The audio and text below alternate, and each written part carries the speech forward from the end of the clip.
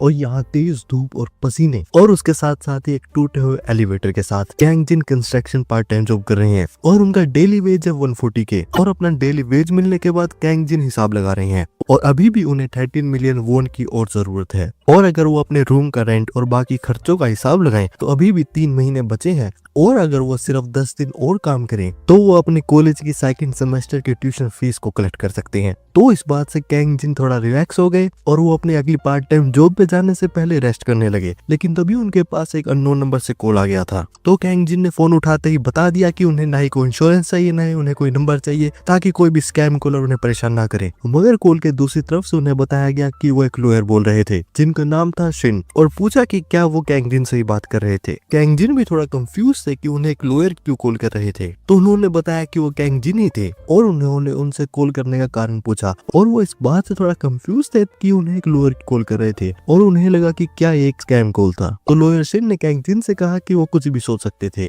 मगर लॉयर को कैंग जिन से कुछ कहना था तो वो उनसे मिलना चाहते थे और उन्होंने उनके पास मीटअप एड्रेस भेज दिया था। कैंग जिन भी देख रहे थे वो एड्रेस बहुत ही रिच नेबरहुड का था और लॉयर शिन ने कॉल काटने से पहले कैंग जिन से कहा कि ये स्टोरी उनके लिए बहुत ज्यादा अपीलिंग होने वाली थी और ये कहकर उन्होंने कॉल काट दिया था। कैंग जिन भी कह रहे थे कि उन्होंने उनसे मिलने का अभी तक कंफर्म नहीं करा था और आखिर ये पर्सन कौन थे मगर फिर भी कैंग जिन वहां पे आ गए थे और कैंग जिन भी देख रहे थे कि उन्हें जो एड्रेस मिला था वो एक स्ट्रीट के मिडल में था और सोच रहे थे कि क्या उनके साथ स्कैम तो नहीं हो गया था। मगर वहां पे कैंग जिन को किसी ने बुलाया और अपना कार्ड देते हुए अपने आप को इंट्रोड्यूस करा कि वो लॉयर शिन थे और उन्होंने ही उनके पास कॉल करा था। तो कैंग जिन ने भी लॉयर को ग्रीट करा और उन्होंने भी लॉयर की फर्म का नाम पहली बार सुना था मगर उन्होंने ये नोटिस किया कि वो कार्ड बहुत ज्यादा हाई क्वालिटी का था। तो कैंग जिन ने लॉयर से उनसे मिलने का कारण पूछा तो लॉयर शिन ने कैंग जिन को बताया कि उन्हें पता था कि वो इस समय थोड़ा डिस्कंसर्न फील कर रहे थे मगर क्योंकि मिसेस किम की डेथ हो गई थी तो उनकी विल को इन्फॉर्म करने के लिए उन्हें बुलाया गया था। मगर कैंग जिन ने मिस किम का नाम पहली बार सुना था और उन्होंने लॉयर शिन से उनके बारे में पूछा तो लॉयर शिन ने कैंग जिन को बताया कि मिस किम ने उन्हें 8.2 बिलियन की बिल्डिंग लेगेसी में दी है। और जब कैंग जिन ने नंबर सुना तो वो बिल्कुल पैनिक में आ गए और बहुत ज्यादा शॉक हो गए। तो लॉयर ने फिर से कंफर्म करा कि वो 8.2 बिलियन की बात कर रहे थे मगर कैंग जिन अभी भी शॉक में ही थे और वो भी सोच रहे थे कि अचानक से क्या हो रहा था क्योंकि उन्हें अचानक से किसी पर्सन की लेगेसी मिल गई थी जिनके बारे में कैंग जिन को कुछ भी नहीं पता था और ये लेगेसी एक बिल्डिंग थी जिसकी कीमत 8.2 बिलियन थी। तो कैंग जिन ने लॉयर शिन को कहा कि उन्हें लगता है कि वो एक गलत पर्सन से मिल रहे थे क्योंकि उन्होंने कभी भी मिस किम के बारे में नहीं सुना था और उनकी पेरेंट्स की डेथ के बाद से उनका कांटेक्ट उनके रिलेटिव से भी खत्म हो गया था और उनके पास ऐसा कोई भी नहीं था जो उन्हें एक लेगेसी छोड़े। और बताया कि लॉयर शिन कंफ्यूज हो गए होंगे और किसी और कैंग जिन के पर्सन से उन्हें कंफ्यूज कर लिया होगा। तो लॉयर शिन वहाँ पे एक पर्सन के बारे में बताने लगे और उस पर्सन का नाम कैंग शिन था जो कि 28 साल के थे और जब वो 17 साल के थे तो उनकी पेरेंट्स की डेथ हो गई थी और वो होप नर्सरी स्कूल में गए थे और जब वो एक अडल्ट बन गए थे उन्होंने अपने कॉलेज में से लीव ऑफ एब्सेंस ली थी और लॉयर शिन ने मिस किम के बारे में बताया कि वो उनकी ग्रेट ग्रैंडफादर की सिस्टर थी। कैंग जिन भी देख रहे थे कि लॉयर शिन ये सब बातें क्या कर रहे थे। तो लॉयर शिन ने माफी मांगी कि वो कैंग जिन की पर्सनल इंफॉर्मेशन लोगों के सामने बोल रहे थे मगर उन्होंने बात कंफर्म करी कि वो कैंग जिन जो उनके सामने खड़े थे उन्हीं को ढूंढ रहे थे और वो और ज्यादा इंफॉर्मेशन के लिए उन्हें बिल्डिंग पे ले जा रहे थे। तो लॉयर शिन ने कैंग जिन को उन्हें फॉलो करने के लिए कहा और कैंग जिन भी बिल्डिंग के पास आ गए थे। लॉयर शिन ने बिल्डिंग को इंट्रोड्यूस करते हुए बताया कि बिल्डिंग का पहला फ्लोर एक रेस्टोरेंट के रूप में इस्तेमाल हो रहा था और सेकंड फ्लोर एक रेसिडेंशियल एरिया। और जब कैंग जिन ने स्टोर के ऊपर एक घर देखा तो उन्हें लगा कि कोई रेस्टोरेंट को रेंट कर रहा था। तो लॉयर शिन ने बताया कि फिलहाल ये बिल्डिंग खाली थी तो कैंग जिन वहां पे मूव इन कर सकते थे और जो ऑफिशियल ट्रांसफर ऑफ टाइटल है उसे करने में 5 साल लगेंगे। तो कैंग जिन ने पूछा कि क्या ये समय कुछ ज्यादा नहीं था और बताया कि ये बात कंफर्म भी नहीं हुई थी कि वो बिल्डिंग को एक्सेप्ट कर रहे थे। तो लॉयर शिन ने बताया कि अगर ये बिल्डिंग कैंग जिन एक्सेप्ट नहीं करेंगे तो ये अपने आप सोसाइटी में डोनेट हो जाएगी। तो कैंग जिन इस बात पे थोड़ा कंफ्यूज हुए। तो लॉयर शिन ने और बात बताई कि इनहेरिटेंस की एक कंडीशन ये भी है कि कैंग जिन को ये रेस्टोरेंट 5 साल तक चलाना होगा। तो कैंग जिन ने बताया कि वो कुकिंग में अच्छे नहीं थे और क्या होगा कि अगर वो फेल हो जाए। तो लॉयर शिन ने कहा कि एक अच्छा बिजनेस जैसी कोई चीज नहीं होती। तो कैंग जिन वहाँ पे और पॉइंट्स बताने लगे और बताया कि उनके पास और पार्ट टाइम जॉब भी थी और स्कूल भी था और उसी के साथ साथ एक रेस्टोरेंट को चलाने के लिए बहुत ज्यादा पैसे भी चाहिए होते हैं। तो लॉयर शिन ने बताया कि अगर वो कॉन्ट्रैक्ट को साइन करेंगे और इनहेरिटेंस के टर्म को मान लेंगे तो लॉयर शिन की कंपनी रेस्टोरेंट के खर्चों को संभाल लेगी और साथ ही साथ उनके ट्यूशन को भी। और उन्होंने कैंग जिन को रेस्टोरेंट दे दिया था। और जब कैंग जिन ने भी कॉन्ट्रैक्ट को पढ़ा तो उन्होंने भी देखा कि ये सब बातें सच थी। और लोएशिन ने कहा कि अगर कैंग जिन की बातों में विश्वास नहीं कर रहे हैं तो वो इस बिल्डिंग को सोसाइटी में डोनेट कर देंगे। कैंग जिन को भी ये सब बातें बहुत ज्यादा सस्पिशियस और बिलीव करने में बहुत ज्यादा मुश्किल लग रही थी, क्योंकि कैंग जिन जो कि एक ऑर्फन थे जिनके पास कुछ भी नहीं था और एक ऐसा रिलेटिव जिनके बारे में कैंग जिन ने कुछ भी नहीं सुना था, उन्होंने कैंग जिन को बिल्डिंग इनहेरिटेंस में दे दी थी। और बिल्डिंग की कीमत 8.2 बिलियन। तो कैंग जिन भी हिसाब लगाने लगे कि 8.2 बिलियन कमाने के लिए कैंग जिन को 150 साल तक रोज काम करना होगा। तो कैंग जिन ने लोएशिन से पूरा सस्पिशियसली पूछा कि क्या ये सब कुछ स्कैम तो नहीं था। तो लोएशिन ने इस बात से मना कर दिया। तो कैंग जिन ने लोएशिन को बताया कि उन्हें अभी भी कॉन्ट्रैक्ट को कई बार गो थ्रू करना होगा और चेक करना होगा कि उसमें कोई सस्पिशियस कंडीशन तो नहीं है। तो लोएशिन ने कैंग जिन को बताया कि रेस्टोरेंट को मैनेज करने के लिए वहाँ पे रूल्स भी थे और जब तक कैंग जिन उन रूल्स को फॉलो करेंगे तो कोई भी प्रॉब्लम नहीं होगी। और रूल्स के अलावा कैंग जिन रेस्टोरेंट को ओपनली ऑपरेट कर सकते थे। और कैंग जिन भी देख रहे थे जो वहाँ पे रूल्स थे वो बहुत ज्यादा यूनिक थे। और जब कैंग जिन ने भी रूल्स पढ़े तो वो थोड़ा कंफ्यूज हो गए, क्योंकि पहले 2 रूल्स तो ठीक थे मगर उसके बाद के रूल्स थोड़े अजीब थे। तो लोएशिन ने कैंग जिन से पूछा कि क्या उन्होंने उनका डिसीजन ले लिया था। तो कैंग जिन ने बताया कि उन्होंने डिसीजन ले लिया था और वो उस रेस्टोरेंट को रन करेंगे। तो लोएशिन ने कैंग जिन के आगे कॉन्ट्रैक्ट रख दिया और बताया कि वो उसे साइन कर सकते थे और बिजनेस को अगले दिन से शुरू कर सकते थे। कैंग जिन भी सोच रहे थे क्योंकि वहाँ पे एक प्रॉपर कॉन्ट्रैक्ट था तो स्कैम तो नहीं हो सकता था। और क्या होगा कि अगर वो एक स्कैम होगा, मगर कैंग जिन ने कॉन्ट्रैक्ट को साइन कर दिया था क्योंकि कैंग जिन के पास लूज करने के लिए कुछ भी नहीं था। और जैसे ही कैंग जिन ने कॉन्ट्रैक्ट को साइन करा तो लोएशिन ने कैंग जिन को सीरियस आवाज में बताया कि उन्हें रेस्टोरेंट के बिजनेस आवर्स पर अच्छी तरह से अटेंशन देनी होगी। और जैसा कॉन्ट्रैक्ट में लिखा हुआ है कि अगर वो रूल्स को 3 बार ब्रेक करेंगे तो वो अपनी इनहेरिटेंस को खो देंगे। और ये बात कह के लोएशिन वहां से जा रहे थे। और लोएशिन के जाने के बाद कैंग जिन भी कह रहे थे कि अगले 5 सालों के लिए यही बिल्डिंग उनका घर थी। तो उसके बाद कैंग जिन रेस्टोरेंट के किचन में चले गए थे और वो भी देख रहे थे कि वहाँ पे इंग्रेडिएंट्स रेडी थे और सोचने लगे कि क्या बिजनेस पिछले दिन तक चालू था। और कैंग जिन ने भी देखा कि वहाँ पे प्रेपरेशन तो परफेक्ट थी मगर कैंग जिन नहीं, क्योंकि कैंग जिन कोई भी स्पेशल डिश को कुक नहीं कर सकते थे। और वो ये भी सोच रहे थे कि वो रेस्टोरेंट में आए हुए कस्टमर्स को सस्ते नूडल्स और फ्राइड एग्स तो नहीं खिला सकते थे। मगर तभी वहाँ पे एक बुक के गिरने की आवाज आई। तो कैंग जिन ने भी देखा कि ये बुक कहाँ से गिरी थी। तो कैंग जिन बुक को पढ़ने लगे तो बुक में बहुत ज्यादा रेसिपीज लिखी हुई थी। तो उन्हें लगा कि क्या ये रेसिपी बुक उनसे पहले जो वहाँ पे ओनर थे उनकी थी और बुक के अंदर अलग अलग डिशेस की रेसिपीज थी। तो कैंग जिन ने भी बुक को पढ़ के सोचा कि क्यों ना वो मेन्यू को रेडी करें और मजाक करते हुए कहने लगे कि इस बात का कारण ये नहीं था कि वो थोड़े भूखे थे, मगर अचानक से कैंग जिन थोड़ा थका हुआ महसूस करने लगे और उन्हें ऐसा लगने लगा कि उनके सामने जो लेटर्स थे वो मूव कर रहे थे। मगर उन्होंने वहाँ पे गार्लिक पोर्क बनाने का डिसाइड कर लिया था। मगर जब उन्होंने गार्लिक पोर्क बोला तो बुक और कैंग जिन के बीच में एक कनेक्शन बना और वहाँ पे एक एनर्जी निकलने लगी। और उसके बाद कैंग जिन वहाँ पे परफेक्टली एक शेफ की तरह डिश को बनाने लगे और डिश की रेसिपी को प्रॉपर्ली फॉलो करने लगे और उन्होंने एक डिश बना ली थी। और जब वहाँ पे गार्लिक पोर्क बना तो कैंग जिन भी उसे देख के बहुत ज्यादा हैरान थे और वो बिलीव नहीं कर पा रहे थे क्योंकि उन्होंने रेसिपी को सिर्फ एक ही बार पढ़ा था, मगर फिर भी वो डिश बहुत ज्यादा अच्छी थी और वो सोचने लगे कि क्या उनके पास कुकिंग का टैलेंट तो नहीं था। मगर कैंग जिन को भी याद आया कि ऐसा बिल्कुल नहीं हो सकता था, क्योंकि जब कैंग जिन अकेले रहते थे तो उन्होंने बहुत ज्यादा डिशेस को खराब करा था, मगर जब वो कुकिंग कर रहे थे तो उनके हाथ अपने आप चल रहे थे। कैंग जिन को डिश दिखने में तो सही लग रही थी तो उन्होंने डिश का टेस्ट करा और जब उन्होंने डिश को टेस्ट करा तो डिश बहुत ज्यादा डिलीशियस बनी थी। तो इस बात के बाद कैंग जिन भी थोड़ा कॉन्फिडेंट हो गए कि वो अगले दिन बिजनेस को हैंडल कर सकते थे। मगर तभी रेस्टोरेंट में कोई आ गया था। तो कैंग जिन ने बताया कि वो अभी भी सेल्स को प्रिपेयर कर रहे थे, मगर जब कैंग जिन ने टाइम देखा तो वहाँ पे 11 बज गए थे। तो इस टाइम के अकॉर्डिंग वहाँ पे रेस्टोरेंट खुल जाना चाहिए था। कैंग जिन ने अपनी बात ठीक करी और बताया कि उनकी शॉप खुली हुई थी और वो डिश बनाने के लिए तैयार हो गए थे। और जब वो वहाँ पे अपने पहले कस्टमर को ग्रीट करने गए और रेस्टोरेंट के अंदर पहली कस्टमर भी आ गई थी और कैंग जिन ने भी जब कस्टमर को देखा तो उन्हें भी लगा कि वहाँ पे कोई प्रिंसेस थी।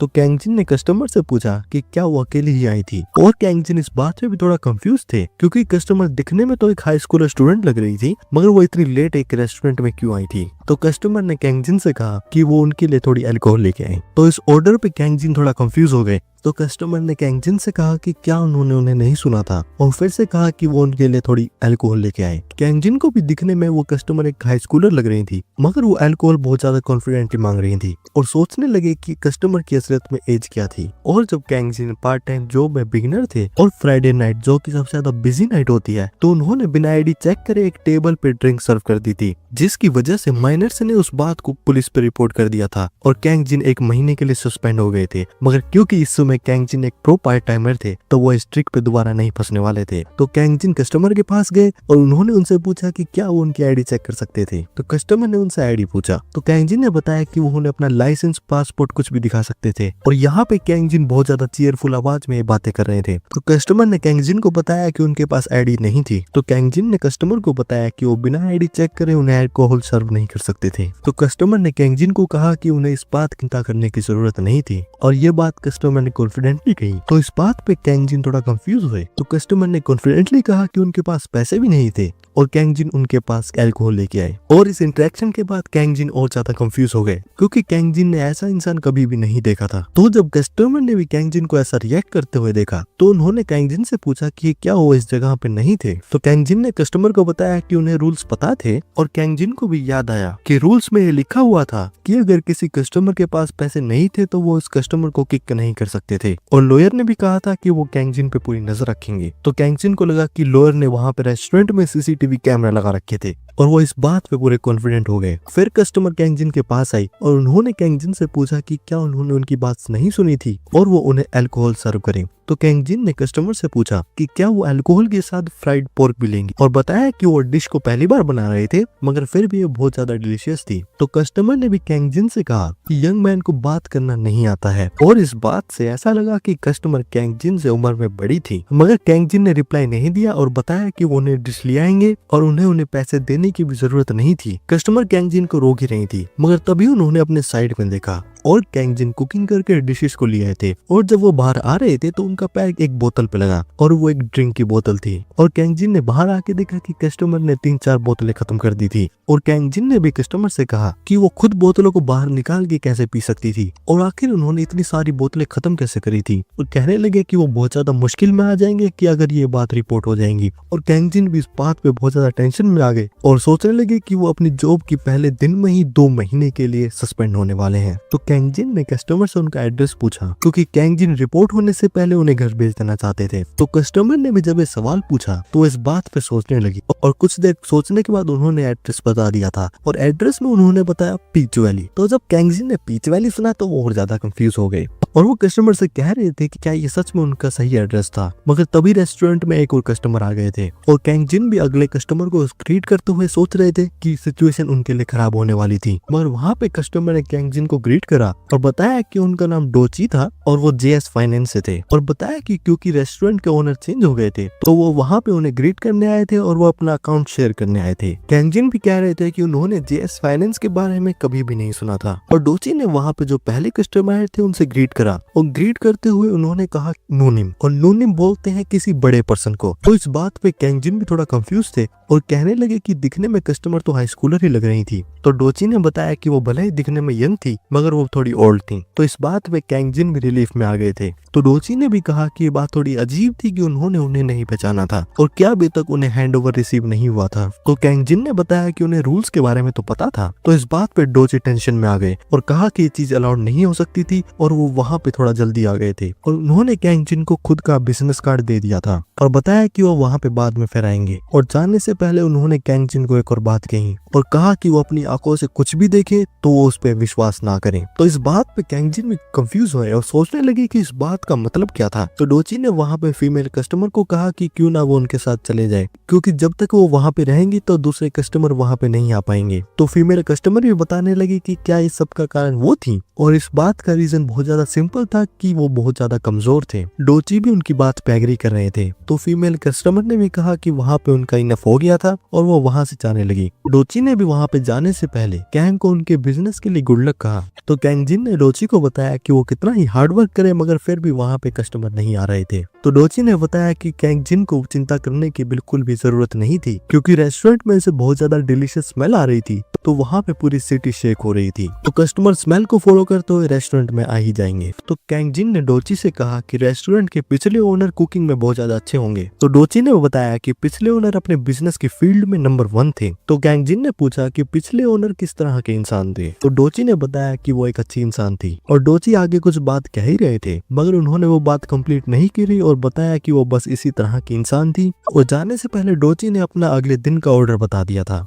और उन्होंने कैंगजिन से पूछा कि क्या वो अपनी कंपनी का डिनर अगले दिन वहाँ पे कर सकते थे। तो कैंगजिन ने भी कहा कि आइडिया बहुत ज्यादा अच्छा था। तो डोची ने बताया कि वो अगले दिन 11 बजे आएंगे। तो कैंगजिन ने भी वहाँ पे कस्टमर को ग्रीट आउट कर दिया था और जब उन्होंने सामने देखा तो कस्टमर वहाँ से चले गए थे और वो भी सोचने लगे वो इतनी तेज वहाँ पे कैसे चले गए थे। और उसके बाद रेस्टोरेंट खाली हो गया था और कैंगजिन भी देख रहे थे कि उन दोनों कस्टमर के बाद वहाँ पे कोई भी नहीं आया था और वहाँ पे फ्राइडे नाइट थी और 12 बज गए थे और वो भी सोचने लगे कि वहाँ पे कोई भी कस्टमर क्यों नहीं आ रहे थे। और क्या इस बात का कारण ये था कि स्टोर कुछ ज्यादा ओल्ड था, मगर तभी वहाँ पे कस्टमर्स आ गए थे और उन्होंने आने के बाद कहा कि वहाँ पे गार्लिक की स्मेल आ रही थी और उन्होंने कैंगजिन से पूछा कि क्या उनका स्टोर खुला हुआ था और वो 3 गार्लिक डिशेस लेंगे। कैंगजिन ने भी तीनों कस्टमर को ग्रीट करा और बताया कि वो अपनी टेबल पे बैठ सकते थे और बताया कि वो उनका ऑर्डर रेडी करते हुए ले आएंगे। और जब कैंगजिन डिश को कुक कर रहे थे तो कस्टमर ने उनसे पूछा कि क्या स्टोर का ऑनर चेंज हो गया था। तो कैंगजिन ने बताया कि ये बात सही थी और उस दिन से वही रेस्टोरेंट के इंचार्ज थे। तो कस्टमर ने कहा कि कैंगजिन को वहाँ पे बहुत ज्यादा मुश्किल टाइम आने वाला था और उसी के साथ साथ बहुत ज्यादा सरप्राइजेस भी। कैंगजिन भी देख रहे थे कि उनसे कस्टमर बहुत ज्यादा अजीब तरीके से बात कर रहे थे और सोच रहे थे कि क्या ये कुछ नया ट्रेंड शुरू हुआ था। तो कैंगजिन ने भी इस बात पे गेट अलोंग करा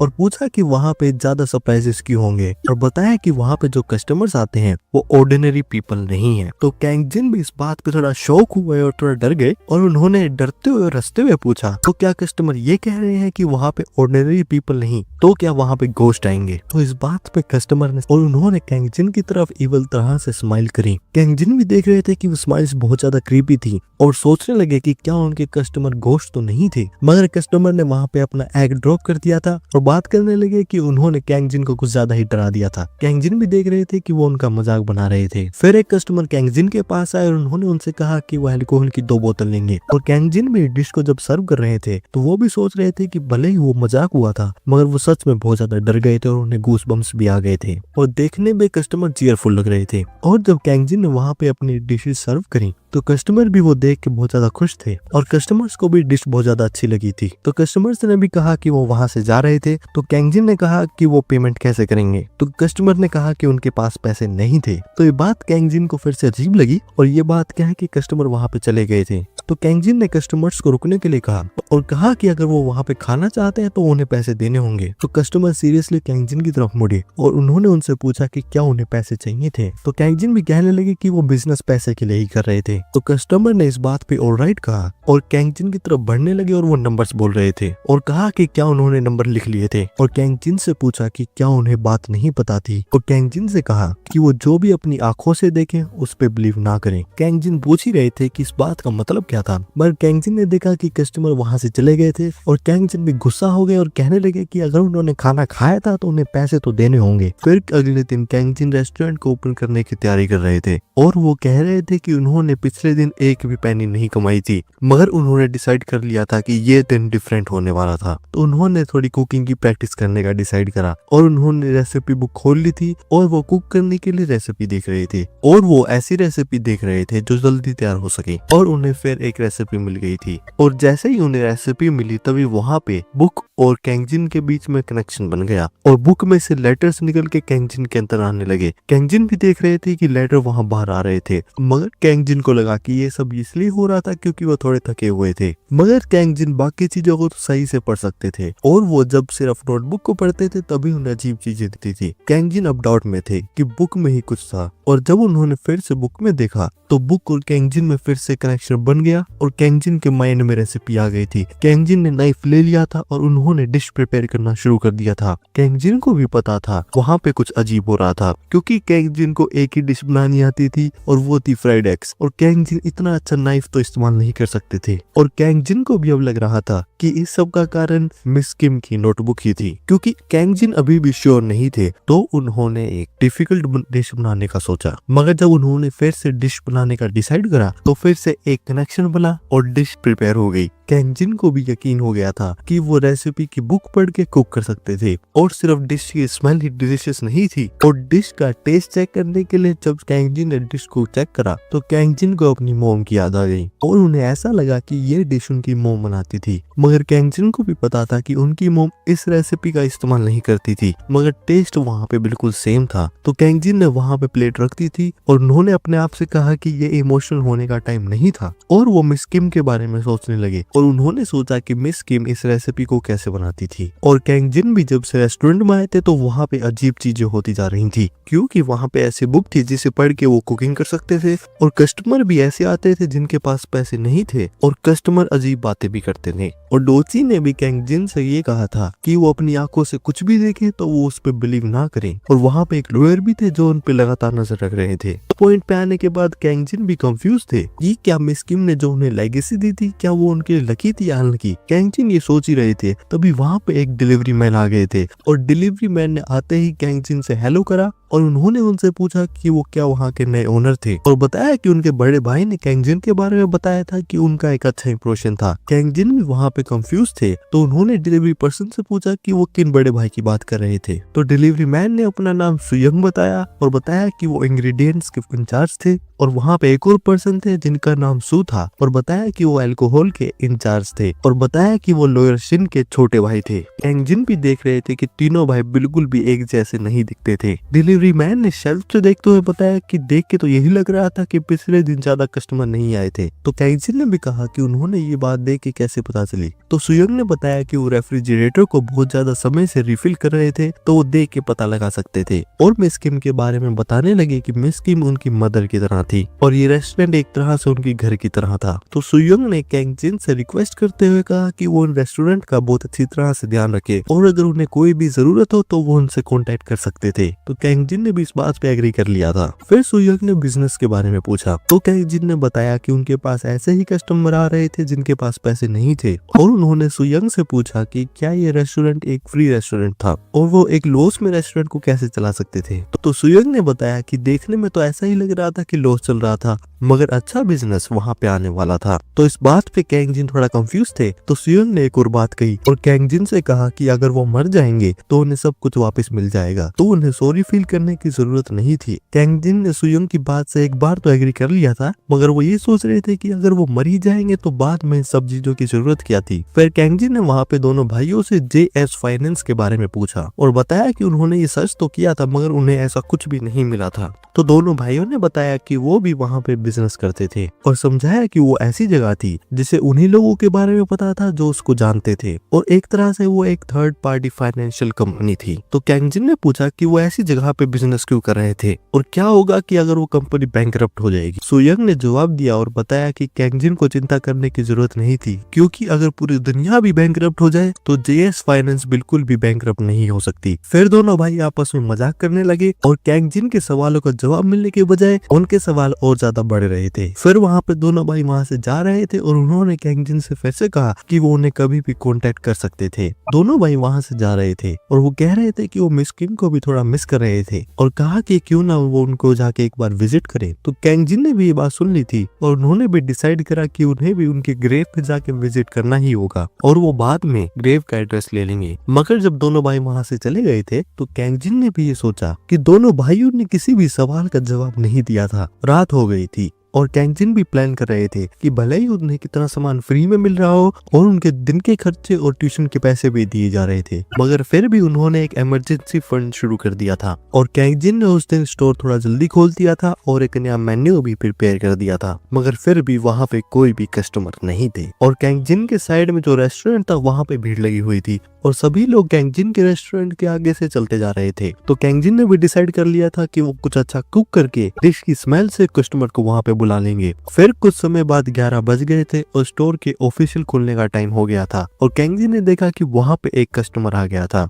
और ये कस्टमर एक किड था। कैंगजिन भी देख रहे थे कि क्या ये किड वहाँ पे अकेले आया था और इस बच्चे के पेरेंट्स कहाँ थे। किड कस्टमर वहाँ पे आके बैठ गया था और उन्होंने अपना ऑर्डर दे दिया था। कैंगजिन ने भी कस्टमर से पूछा कि क्या वो वहाँ पे अकेले आए आए थे। तो कस्टमर ने वहाँ पे सर हिलाते हुए हाँ करा। तो कैंग जिन ने इसे आगे ज्यादा सवाल नहीं पूछे और उन्होंने ऑर्डर तैयार करना शुरू कर दिया था और ऑर्डर तैयार करके सर्व भी कर दिया था। कैंग जिन ने भी किड कस्टमर से कहा कि उनकी मेन डिश प्रिपेयर हो गई थी और अगर उन्हें कोई साइड डिश चाहिए हो तो वो उन्हें बता सकते थे। तो किड कस्टमर ने फिर से नोट करा और किड कस्टमर ने मजे से खाना खाना शुरू कर दिया था। कैंग जिन भी देख रहे थे कि शायद किड कस्टमर थोड़े भूखे थे। उसके बाद कैंग जिन ने किड कस्टमर की टेबल पे एक और साइड डिश रख दी थी और कहा कि वो और डिश ले सकते थे और वो थोड़ा आराम से खाए। कैंग जिन भी किड कस्टमर की टेबल पे बैठ गए थे और उन्होंने उनसे कहा कि वो अच्छी तरह से खाना खा रहे थे और क्या उन्हें ये डिश ज्यादा पसंद थी और उनकी फेवरेट डिश के बारे में बताने लगे और बताया कि कैंग जिन वो डिश वो अपनी मोम के फ्राइड एग्स के साथ खाते थे। किड कस्टमर ने वहाँ पे कुछ नहीं कहा और वो अपने फूड को देख रहे थे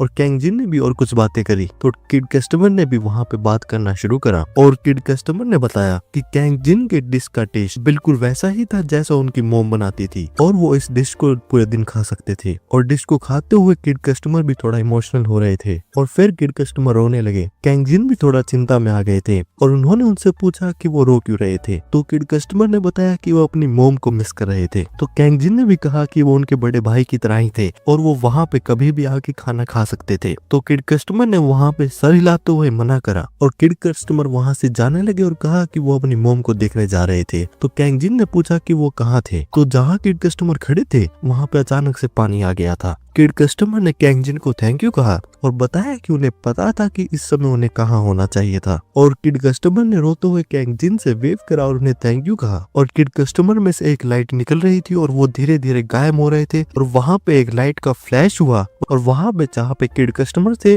वहाँ पे एक चेक आ रहा था। कैंग जिन भी देख रहे थे वहाँ पे किड कस्टमर चले गए थे और वो चेक कैंग जिन की आंखों पे आकर रुक गया। कैंग जिन ने भी देखा कि वो चेक 1 मिलियन वोन का था। कैंग जिन भी हैरान हो गए थे कि अचानक से 1 मिलियन वोन आसमान से गिर रहे थे और यहाँ पे एक भूतिया चीजें क्या हो रही थी। तभी वहाँ पे एक डरावनी आवाज आई और समझाया कि जो चीजें भूतों को खुश करती है वो हो रही थी। कैंग जिन ने भी देखा वो लोअर शिन थे और वो हैरान हो गए और उनसे पूछा कि वो वहाँ पे कब आए थे और उन्होंने पूछा कि वो भूत की क्या बातें कर रहे थे और ये सब क्या बकवास थी। तो लोअर शिन ने कहा कि क्या ये बात सेंस बना रही थी कि आसमान से चेक गिर रहे थे। तो कैंग जिन ने पूछा कि वहाँ पे आखिर हो क्या रहा था और वहाँ पे जो भी कस्टमर आ रहा था सस्पिशियस चीजें कह रहा था और सभी लोग वियर्ड थे और आखिर ये जगह थी क्या। तो लोअर शिन ने बताया कि ये रेस्टोरेंट अर्थ और अंडरवर्ल्ड के बीच में बाउंड्री है और ये एक अंडरवर्ल्ड रेस्टोरेंट है। और लोअर शिन समझाने लगे कि इस रेस्टोरेंट में भूत आया जा सकते हैं। तो कैंग जिन भी यहाँ पे थोड़ा डरने लगे। लोअर शिन ने कैंग जिन से कहा कि उन्होंने क्या ये बातें नोटिस नहीं करी थी। कैंग जिन ने भी पूछा कि वो किन बातों की बात कर रहे थे।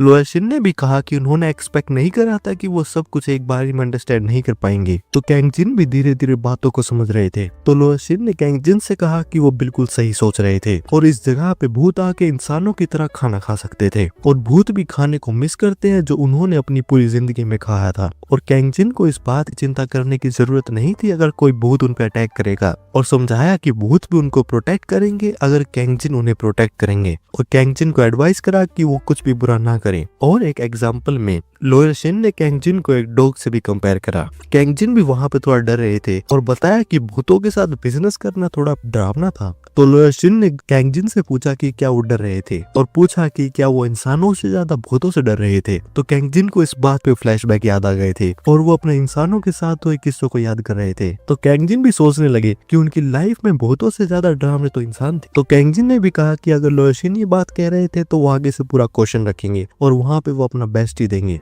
और उन्होंने लोअर शिन से पूछा कि वो उन कस्टमर का क्या करे जो उन्हें पैसे नहीं दे रहे थे। तो लोअर शिन ने बताया कि कैंग जिन अपने रेस्टोरेंट का ध्यान रखे और वो लोग अपनी आफ्टर लाइफ में पनिशमेंट झेलेंगे। और लोअर शिन के वहां से जाने के बाद कैंग जिन भूतों पे सर्च कर रहे थे। और अगर भूतों की बात करें और जब एक पर्सन की डेथ हो जाती है तो वो उस पर्सन की बाद की स्टेट होते हैं और एक पर्सन जिसकी लाइफ हैप्पी होती है और उसकी डेथ कंफर्टेबल होती है तो वो एक अच्छा घोस्ट बनता है। और अगर अपोजिट बात करें ऐसे बुरे घोस्ट भी हो सकते हैं जो इंसानों को को हट कर सकते हैं और भूतों से मुक्ति कैसे पाएं। नंबर 1, भूतों को रेड कलर पसंद नहीं है तो एक ऐसी डिश बनाए जिसका कलर रेड हो। सेकंड पॉइंट, एक शज़ैम को बुलाए जो भूतों को वहां से भगा सके। थर्ड, भूतों को वेलकम और रिस्पेक्ट तरीके से वहां पे बुलाएं और उन्हें अच्छी तरह से खाना खिलाए ताकि वो वहां से चले जाएं। तो कैंग जिन भी देख रहे थे कि उन्हें सिर्फ भूतों को खाना खिलाना था, मगर फिर भी क्या भूतों की बात सही में ठीक थी, और कैंग जिन भी थोड़ा डरे हुए थे। तो कैंग जिन ने डिसाइड करा कि वो इन डरावनी बातों के बारे में नहीं सोचेंगे, मगर फिर भी कैंग जिन ने एक रेड डिश बनाने का डिसाइड कर लिया था और उन्होंने एक रेड डिश कुक कर ली थी। और कैंग जिन सोचने लगे कि क्या जो पर्सन एचएस फाइनेंस से थे कि क्या वो पर्सन भी एक गोश्त थे,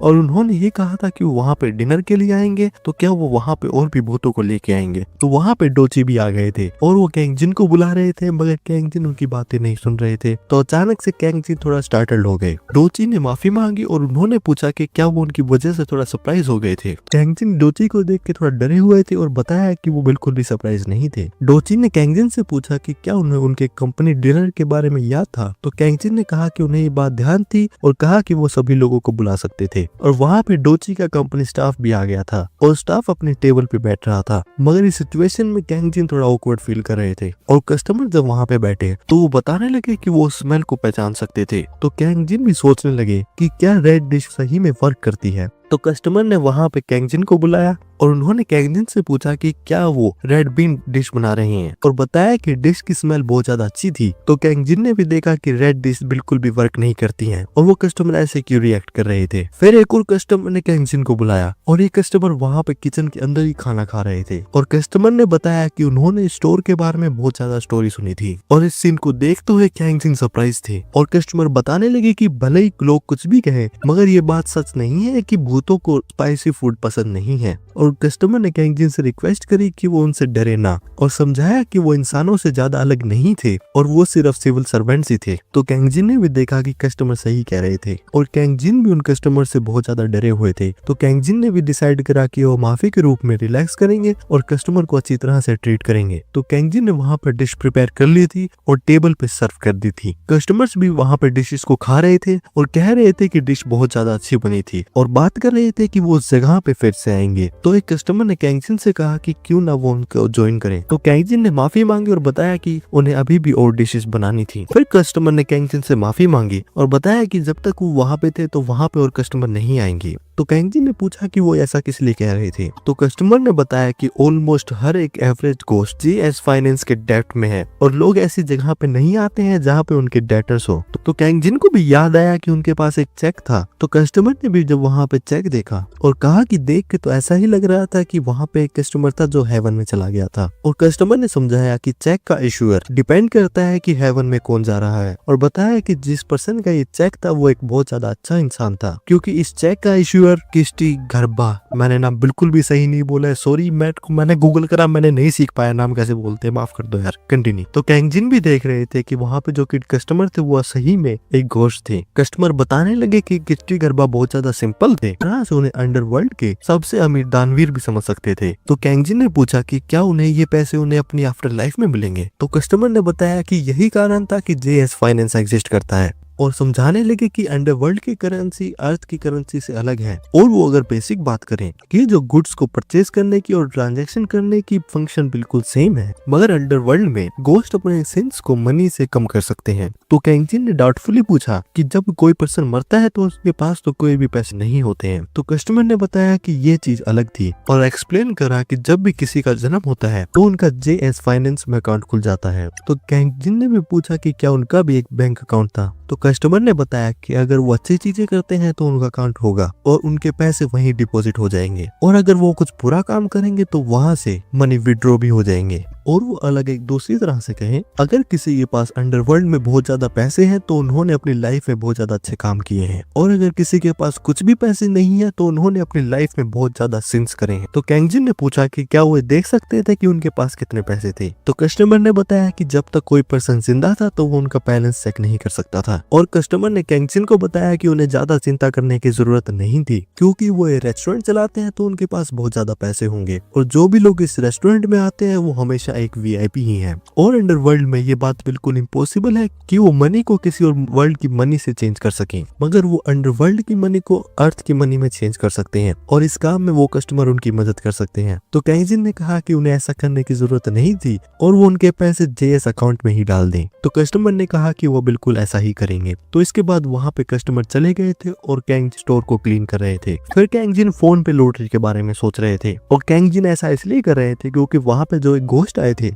उन्होंने कैंगजिन को लॉटरी का नंबर बताया था और लॉटरी में कैंगजिन को 50,000 मिले थे। कैंगजिन ने भी सोचा था कि वो जो भी पैसे मिलेंगे वो सबको डोनेट कर देंगे ताकि उनकी मेरिट बढ़ सके, मगर कैंगजिन ने भी सोचा कि जब उन्होंने खाना खाया था तो उनका बिल भी 50,000 ही था। तो कैंगजिन ने भी सोचा कि जब वहाँ पे कस्टमर्स ने खाना खाया था तो वो 50,000 ही था और ये बात कैंगजिन ने कस्टमर को बता दी थी और कस्टमर ने भी बताया कि उन्होंने एक रैंडम नंबर बोला था और उन्होंने ये बात एक्सपेक्ट नहीं करी थी कि वहाँ पे कैंगजिन जीत जाएंगे। और कस्टमर ने कहा कि अगर उन्हें ये बात पता होती तो वो अपन नीस और नेफ्यूज के ड्रीम में चले जाते और कस्टमर भी इस बात पे एग्री कर रहे थे और कह रहे थे ये बात बहुत ज्यादा कूल थी। और कैंगजिन भी इस बात से डरे हुए थे जब उन्हें पता चला था कि स्टोर के कस्टमर सारे गोश्त थे, मगर जब उन्होंने उन पे और ज्यादा क्लोज अटेंशन दी तो वो उन्हें और ज्यादा इंसान लग रहे थे। फिर स्टोर में एक और कस्टमर आ गए थे और ये वही फर्स्ट कस्टमर थी और कैंगजिन ने भी देखा कि उन्होंने इस बार अपने हेयर चेंज कर रखा था। तो लेडी कस्टमर ने कैंगजिन से कहा कि वो उन्हें क्यों घूर रहे थे और वो उनके लिए जाके अल्कोहल लेके आए। तो कैंगजिन वहाँ पे अल्कोहल लेने चले गए थे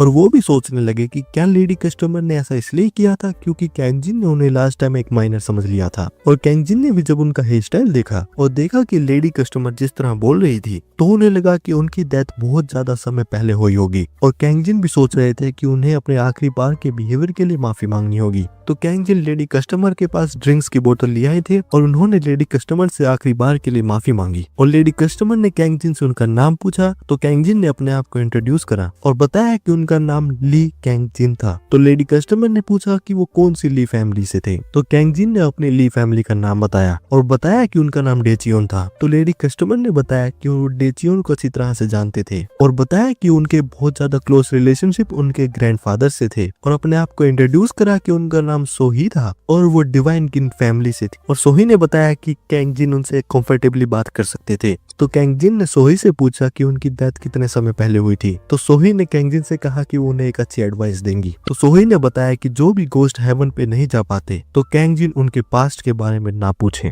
कैंगजिन ने भी रियलाइज करा कि उन्होंने गलत सवाल पूछ लिया था तो उन्होंने इस बात के लिए माफी मांगी। सोही ने आगे बताया कि उस रेस्टोरेंट में जो गोस्ट आते हैं वो होते हैं जो रिचुअल्स का फूड नहीं खा पाते, तो उन गोस्ट के पास्ट को पूछना एक अच्छी बात नहीं है, मगर कैंगजिन अच्छे इंसान है जो कि उन्हें फूड देते हैं, तो इसीलिए सोही उनसे ये सिंसियर एडवाइस कर रही थी। कैंगजिन भी जब बाद में रेस्टोरेंट को क्लोज कर रहे थे तो वो भी ये सोच रहे थे कि अगर सोही की बात सही थी तो उनके रेस्टोरेंट में जो भी कस्टमर आएंगे तो वो इंसान भी हो सकते थे और गोस्ट भी, और क्या सोही ने ये बात उन्हें डराने के लिए कही थी। फिर रेस्टोरेंट में एक और कस्टमर आ गए थे और उन्होंने कैंगजिन से पूछा कि क्या वहां से मेन गोस्ट चले गए थे। तो कैंगजिन भी समझ गए थे ये कस्टमर एक गोश्त थे और उन्होंने बताया कि वो सब चले गए थे और वो वहाँ पे एक सीट पे बैठ सकते थे, मगर कैंगजिन ने एक्सपेक्ट नहीं करा था कि रेस्टोरेंट में वहाँ पे बहुत सारे लोग आ जाएंगे। और फिर उसके बाद रेस्टोरेंट पे पूरी भीड़ आ गई और वो अपनी सीट पे जाके बैठ गए और कैंगजिन को लगातार ऑर्डर देने लगे। कैंगजिन भी इतने सारे ऑर्डर्स का एक्सपेक्ट नहीं कर रहे थे, तो कैंगजिन ने माफी मांगी और बताया कि वो उस दिन सिर्फ गार्लिक पोर्क ही सर्व कर रहे थे।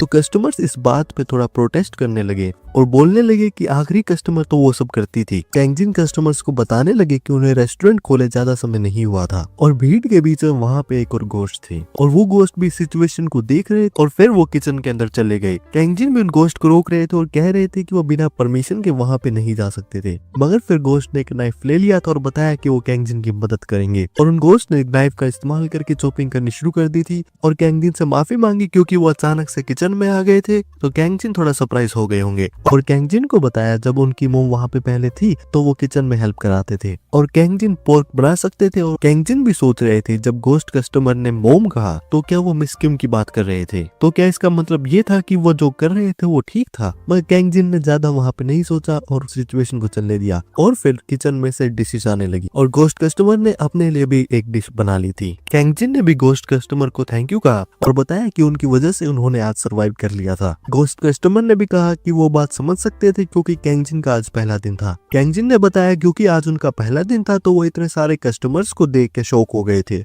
और गोश्त कस्टमर से पूछा कि वो इस काम में इतने अच्छे कैसे थे। तभी वहाँ पे एक कस्टमर आए और उन्होंने बताया कि वो उन्हें कुछ भी सर्व जल्दी से जल्दी कर सकते थे। कैंगजिन भी देख रहे थे कि स्टोर क्लोज करने में सिर्फ 30 ही मिनट बचे थे और वहाँ पे 3 कस्टमर आ गए थे। तो कैंगजिन कस्टमर को बता रहे थे कि उनके पास ज्यादा समय नहीं था और वो आगे बात कह ही रहे थे, लेकिन तभी गोश्त कस्टमर ने पूछा कि क्या वो वहाँ पे किमची स्टू ले सकते थे। तो कस्टमर्स ने भी कहा कि उन्हें वो पसंद था और एग्री कर लिया था। गोश्त कस्टमर ने कैंगजिन से कहा कि तीनों कस्टमर अपना खाना जल्दी फिनिश कर देंगे और वो उनके लिए किमची स्टू जो उन्होंने पहले बनाया था वो लेके आएंगे और थोड़े फ्राइड एग्स भी। तो कैंगजी ने वहाँ पे किमची स्टू सर्व कर दिया था और जब वहाँ पे कैंगजी ने कस्टमर को देखा तो उन्होंने एक पर्सन को पहचान लिया था और उन्होंने कस्टमर को होशी बोला। तो कस्टमर ने पूछा कि क्या उन्हें वो जानते थे। तो कैंगजी ने अपने आप को इंट्रोड्यूस करा और बताया कि जो वो होप ऑर्फनेज में थे तो होशी वहाँ पे हॉलीडे में उनसे मिलने आते थे। तो होशी बताने लगे कि इस तरह से तो वो उनके छोटे भाई थे, मगर उन्होंने उनसे माफी मांगी और बताया कि जब भी कोई गोश्त बनता है तो उस गोश्त को अपनी लिविंग लाइफ याद नहीं होती है। और भले ही होशी को कैंगजी याद नहीं थे मगर फिर भी उन्हें उनसे मिलकर अच्छा लगा। होशी ने भी देखा कि वहाँ पे 1 बजने वाले थे और उनके पास ज्यादा बात करने का समय नहीं था तो वो अगली बार आके उनसे अच्छी तरह से बात करेंगे। कैंगजी भी इस बात से सैड थे और उन्होंने होशी से पूछा कि क्या उन्हें वो सच में याद नहीं थे और वो होशी से पूछने लगे क्या उन्हें ये बात भी याद नहीं थी जब वो साथ में बीच में गए थे। तो गोश्त कस्टमर ने कैंगजी को वहाँ पे शांत होने के लिए कहा, मगर कैंगजी होशी को और उनके बीच की बातें बताने लगे। तो होशी ने भी माफी मांगी और बताया कि उन्हें कुछ भी याद नहीं था। कैंगजी और ज्यादा इमोशनल हो रहे थे मगर गोश्त कस्टमर ने उन्हें रोक लिया था और उन्होंने कैंगजी को कहा कि वो जो भी कर रहे थे उससे वो रुक जाए और बताया कि ये ऐसी बात नहीं थी जिसमें कैंगजी इंटरफेरेंस कर सकते थे। और कैंगजी को बताया कि वो लाइफ की स्टोरीज जिंदा लोगों से ही करें क्योंकि गोश्त रिसेंटमेंट से बनते हैं और ये अच्छा नहीं होगा कि अगर कोई लिविंग पर्सन उनकी कहानी सुनेगा। तो वहाँ पे और जो बाकी कस्टमर थे वो भी कहने लगे कि क्यों वो मूड को डाउन कर रहे थे और उन्होंने अपने भूत बनने का कारण बताया और ये देखते हुए बाकी गोश्त भी अपना भूत बनने का कारण बताने लगे और एक एक करके सभी भूतों ने अपनी सैड स्टोरी बता दी थी। कैंगजी भी देख रहे थे कि सभी भूत अचानक से अपने बारे में बात कर रहे थे। तो इसी बीच होशी भी अपने बारे में बताने लगे और होशी ने बताया कि वो थोड़े केयरलेस थे और जब उन्होंने एक पर्सन को पकड़ने की कोशिश करी तो वो एक्चुअली गैंगस्टर थे और उनके पास नाइफ थे और उन्होंने होशी पे अटैक कर दिया था। तो कैंगजिन को भी याद आया कि होशी हमेशा कहते थे कि जस्टिस की साइड थोड़ी वीक होती है और इसलिए होशी एक पुलिस ऑफिसर बने थे और इन बातों को याद करते हुए कैंगजिन भी थोड़ा गुस्सा हो रहे थे। तो गोश्त कस्टमर ने कैंगजिन से पूछा कि क्या उन्होंने खाना खा लिया था और अगर उन्हें ये बात बुरी ना लगे तो वो साथ में खाना खाना चाहते थे और 1 बजने में भी ज्यादा समय नहीं बचा था। कैंगजिन भी बताने लगे कि वहाँ पे अभी भी कस्टमर थे तो गोश्त कस्टमर ने कहा कि वो उन्हें हैंडल कर सकते थे। फिर बाद में गोश्त कस्टमर और कैंगजिन खाना खाने लगे और कैंगजिन भी गोश्त कस्टमर से बातें कर रहे थे कि उनका खाना बहुत ज्यादा अच्छा था। तो गोश्त कस्टमर ने भी कहा कि वो अभी भी इस बिजनेस में नए थे। तो कैंगजिन ने भी कहा कि वो अपने आप को लुक डाउन कर रहे थे और उनकी बनाई हुई डिश बहुत ज्यादा डिलीशियस थी। तो गोश्त कस्टमर ने बताया कि अगर उनके पास और टाइम या इंग्रेडिएंट्स होते तो वो और अच्छा खाना बना सकते थे। कैंगजिन भी देख रहे थे कि गोश्त कस्टमर कुछ ज्यादा ही हम्बल थे और कैंगजिन जिन्हें बिल्कुल भी कुक करना नहीं आता था उनके लिए गोश्त कस्टमर बहुत ज्यादा अमेजिंग पर्सन थे और उन्हें गोश्त कस्टमर को अपनी साइड लाना ही होगा। तो कैंगजिन ने गोश्त कस्टमर को बताया कि वो पहली बार ऐसे कुक काम कर रहे थे और अकेले काम करना बहुत ज्यादा मुश्किल था और उन्होंने गोश्त कस्टमर से पूछा कि क्या वो उनकी मदद रेस्टोरेंट में कर सकते थे। गोश्त कस्टमर ने भी कहा कि बहुत ज्यादा अच्छा आइडिया था और बात ऐसी भी नहीं थी कि उनके पास कुछ और करने के लिए था।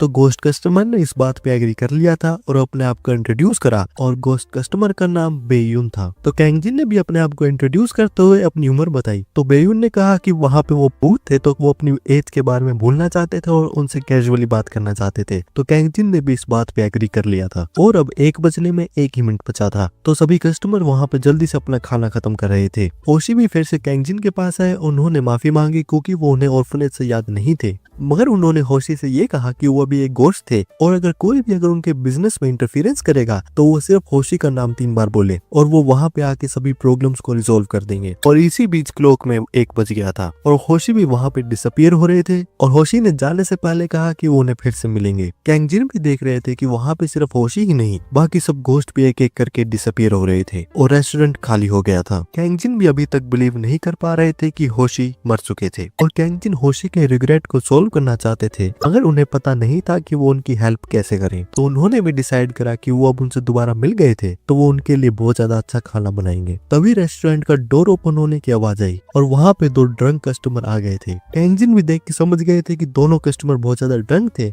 और कैंगजिन भी सोचने लगे कि ये कस्टमर 1 बजे के बाद आए थे, तो ये लोग जिंदा इंसान ही होंगे। कस्टमर्स ने कैंगजिन से पूछा कि क्या मेन्यू में आज सिर्फ यही था, और क्योंकि कैंगजिन मेन्यू को सही करना भूल गए थे तो उन्होंने इस बात पे एग्री करा। तो कस्टमर ने जो मेन्यू में एक ही आइटम था वो ऑर्डर कर लिया था, और कैंगजिन भी किचन में ऑर्डर बनाने आ गए थे, और कैंगजिन ने ऑर्डर प्रिपेयर करके वहां पे सर्व कर दिया था। और जब कस्टमर्स ने डिश को टेस्ट करा तो वो हैरान हो गए और बताया कि वो डिश बहुत ज्यादा डिलीशियस थी। और उन्होंने कैंगजिन से पूछा कि क्या उन्होंने ये डिश खुद सीजन करी थी, तो कैंगजिन ने इस बात पे एग्री करा। फिर कस्टमर ने कैंगजिन से पूछा कि वहाँ पे क्या मेन्यू रोज चेंज होता था और क्या वो सिर्फ इसी डिश को सर्व करते थे, तो कैंगजिन बताने लगी कि अभी तक कुछ भी डिसाइड नहीं हुआ था, और अगर कस्टमर कुछ ऐसा ऑर्डर करेंगे जो कैंगजिन बना सकते थे तो वो उसे सर्व करेंगे। तो कस्टमर ने पूछा कि क्या वो 2 लोगों के लिए रिजर्वेशन करके अगले दिन के लंच के लिए सीवीड सूप को प्रिपेयर कर सकते थे, तो कैंगजिन ने इस बात पे एग्री कर लिया था, और कस्टमर्स ने भी अपील की पेमेंट कर दी थी। और उसके बाद दोनों ड्रंक कस्टमर वहां से चले गए थे। और फिर उसके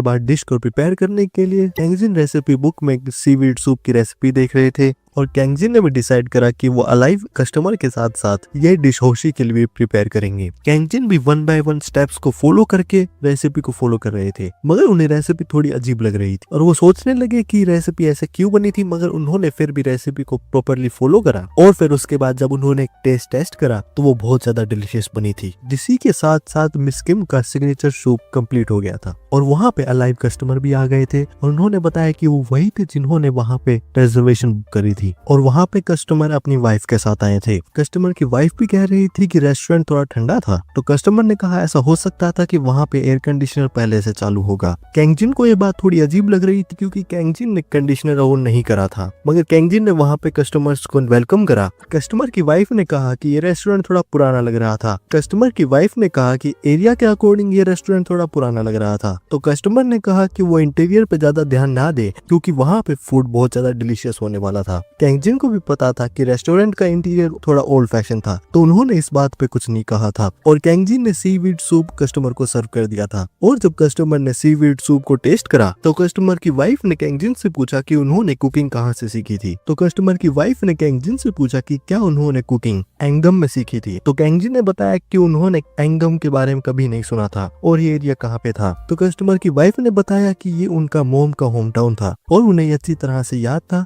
और बताया कि इस सीवीड सूप का टेस्ट बिल्कुल वैसा ही था जो उनकी मोम बनाती थी। कैंगजिन ने बताया कि वो वहाँ पे कभी नहीं गए थे। कस्टमर की वाइफ भी बता रही थी कि कैंगजिन दिखने में बहुत ज्यादा यंग थे मगर फिर भी उनकी कुकिंग बहुत ज्यादा अच्छी थी। कैंगजिन ने भी उनकी तारीफ को अप्रिशिएट करा और कस्टमर की वाइफ से पूछा कि क्या वो ये सूप को रैप भी करवाना चाहती थी। इस बात पे कस्टमर की वाइफ खुश हो गई और बताया कि अगर वो ऐसा करेंगे तो वो बहुत ज्यादा थैंकफुल होंगी। कस्टमर ने भी अपनी वाइफ से कहा कि उन्होंने बहुत अच्छा रेस्टोरेंट ढूंढा था और उनकी वाइफ ने भी इस बात पे एग्री करा। फिर कस्टमर ने कैंगजिन से पूछा कि उनका कितना बिल हुआ था क्योंकि वहाँ पे मेन्यू में सीवीड सूप नहीं था। तो कैंगजिन ने बताया कि वो जितना भी चाहते थे उतना पे कर सकते थे और वहाँ कोई भी फिक्स प्राइस नहीं था। तो कस्टमर ने मजाक करते हुए कहा कि क्यों ना सिर्फ वो वहाँ पे 1000 वॉन दे। तो कस्टमर की वाइफ ने कस्टमर को रोका और ये बात भी कही कि अगर वो फ्री मील्स बनाएंगे तो वहाँ पे बहुत ज्यादा बुरे लोग भी आ सकते थे। कैंगजिन भी ये बात समझ सकते थे मगर वो रेस्टोरेंट को चलाने का रूल ब्रेक नहीं कर सकते थे। तो कस्टमर ने वहाँ पे बिल पे कर दिया था और ये भी कहा कि वो वहाँ पे दोबारा फिर से आना चाहते थे और उन्होंने कैंगजिन को एडवाइस करी कि वो अपने कस्टमर्स के लिए एक बेसिक प्राइस सेट करे। कैंगजिन ने भी देखा कि कस्टमर ने बहुत ज्यादा बिल पे कर दिया था और फिर वहाँ पे कस्टमर और उनकी वाइफ चली गई थी और कैंगजिन ने उन्हें वहाँ पे आने के लिए थैंक यू कहा। और कैंगजिन भी सोचने लगे कि उन्हें अलाइव कस्टमर्स के लिए डिशेस के प्राइस को सेट करना ही होगा और वो इस बारे में लॉयर शिन से बात करेंगे। तो बाद में रेस्टोरेंट में डिलीवरी ब्रदर्स आ गए थे और उन्होंने कैंगजिन को बताया कि मिस किम सिर्फ गोश्त को ही डिशेस सर्व करती थी और कह रहे थे कि कैंगजिन बहुत ज्यादा स्मार्ट बिजनेसमैन थे। कैंगजिन ने बताया कि वो ग्लैड थे कि उनके पास रेसिपी बुक थी और अगर वो वहाँ पे खुद की कुकिंग करते तो वो इस रेस्टोरेंट को बिल्कुल भी चला नहीं पाते। फिर उन्होंने डिलीवरी ब्रदर से कुछ क्वेश्चन पूछे और बताया कि इस समय समर के बीच का टाइम था और ये बात बहुत ज्यादा अजीब थी कि बिना एयर कंडीशनर के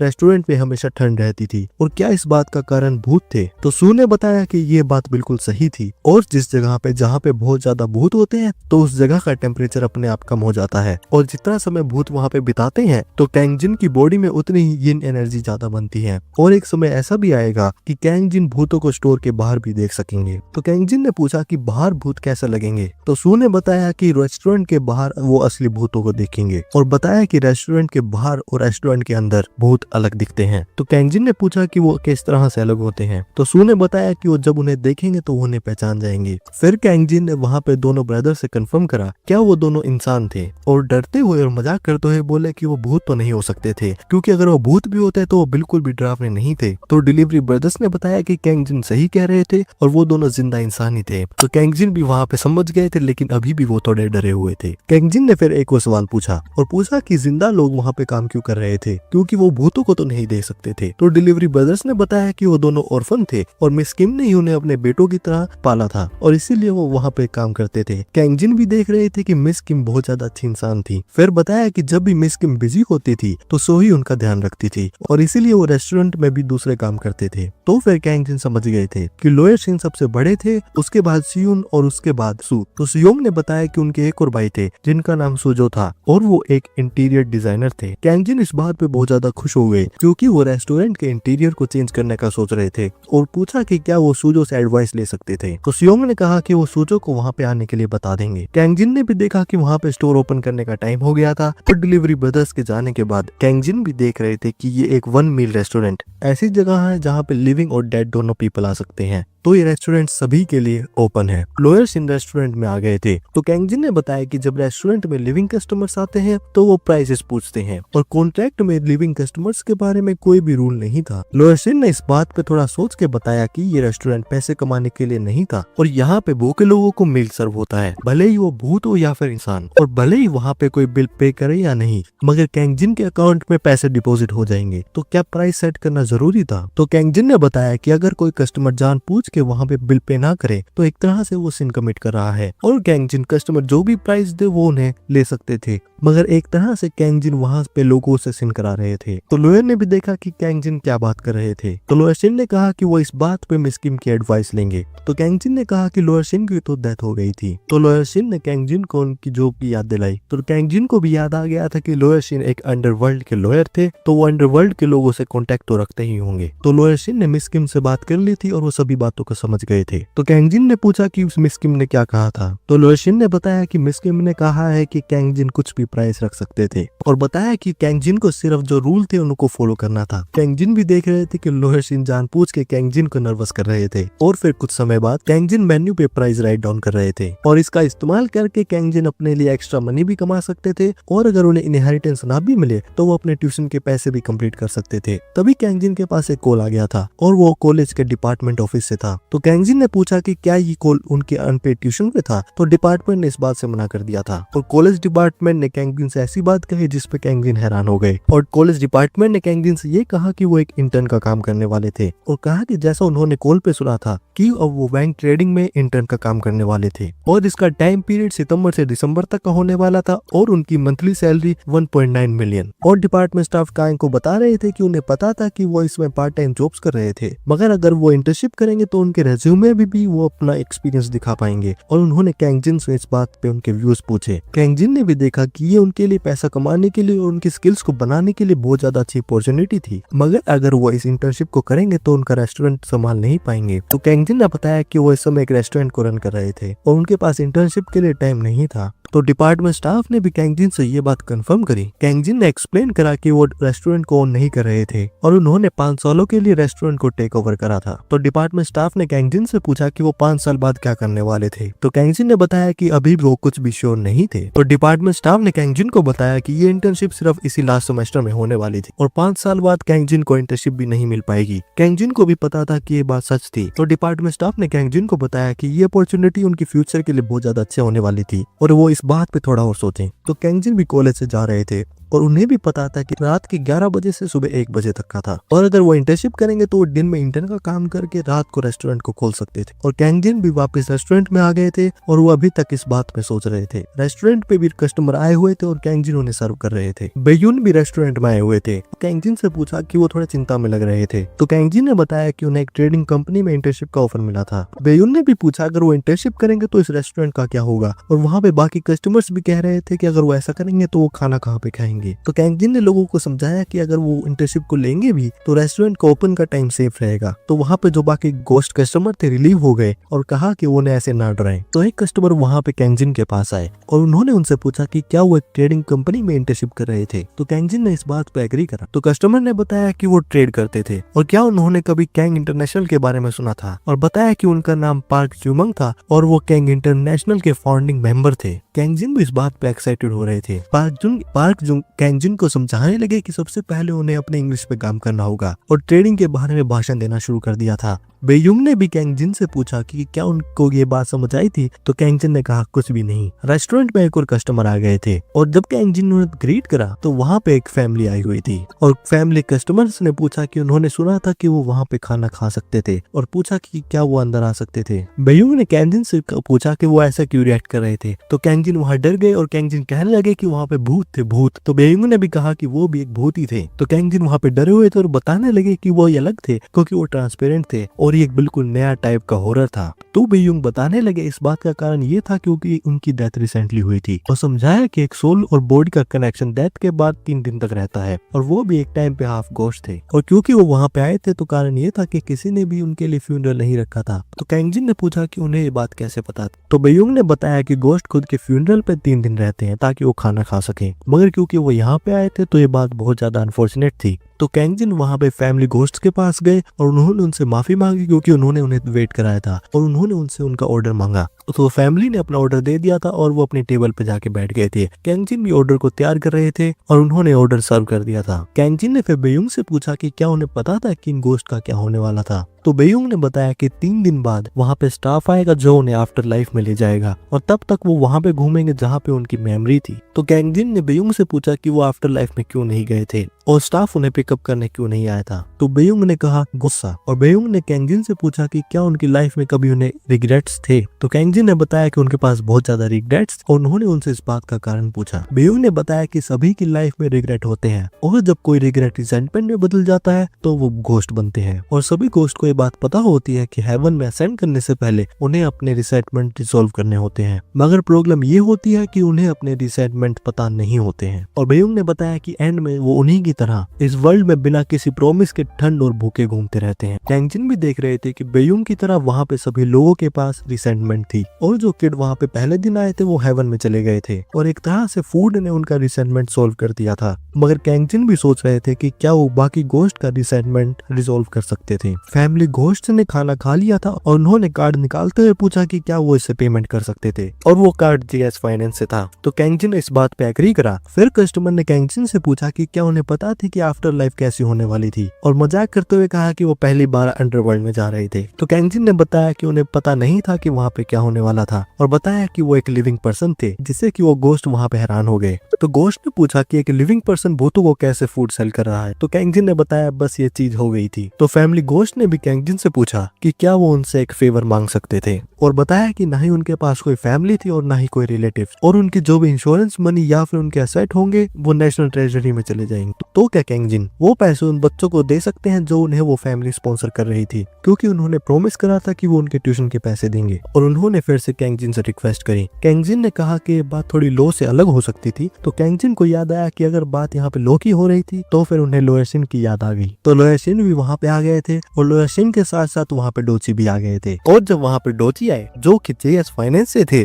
तो वहाँ पे बाकी सभी गोश्त कस्टमर डर गए और वहाँ से भागने लगे। तो डोची ने बताया कि वो वहाँ पे उनका डेप्ट कलेक्ट करने नहीं आए थे, तो वो आराम से खाना खा सकते थे। कैंग जिन भी देख रहे थे कि ये बात सच थी कि वहाँ पे सभी गोश्त के पास डेप्ट थे और उन्होंने अपीयरेंस पे इतना स्ट्रॉन्ग रिस्पॉन्स एक्सपेक्ट नहीं करा था। वो यंग भी इस बात पे रिलीव थे। फिर लोअर शिन वहाँ पे फैमिली गोश्त के पास गए और पूछा कि क्या उनका नाम यंग हो था। तो यंग हो ने इस बात से एग्री करा। तो लोअर शिन ने यंग हो को बताया कि वो उनके लीगल रिप्रेजेंटेटिव की तरह काम कर सकते थे, जिसकी वजह से उनकी प्रॉपर्टी उनके स्पॉन्सर्ड किड के पास चली जाएगी और बताया कि उनकी कॉस्ट 200 मिलियन होने वाली थी। तो यंग हो ने बताया कि उनके पास इतने पैसे पैसे नहीं थे। तो डोची ने कहा कि वो बात को एक्सप्लेन करना चाहते थे और बताया कि वो और उनकी वाइफ जेएस फाइनेंस के वीआईपी कस्टमर थे। तो इस बात पे यंग थोड़ा कंफ्यूज थे। तो डोची ने बताया कि यंग ने लगातार 10 साल तक 10 बच्चों के लिए 30,000 वोन डोनेट करे थे, जिसकी वजह से उनके पास 62 मिलियन वोन थे। यंग भी 60 मिलियन देख के हैरान हो गए थे। तो ल्योशिन ने कहा कि इतने पैसे उन्हें हायर करने के लिए काफी होने वाले। डोची ने एक और गुड न्यूज दी और बताया कि इस इफेक्ट की वजह से उनके जेएस अकाउंट में और पैसे डिपॉजिट हो जाएंगे और उस वजह से अंडरवर्ल्ड में भी उनके पास बहुत ज्यादा पैसे हो जाएंगे। गोस्ट फैमिली भी इस बात पे बहुत ज्यादा खुश थी और इमोशनल हो रही थी। तो डोची ने भी समझाया कि ये बात ठीक थी और ये सब उनकी गुड डीड्स की वजह से हो रहा था।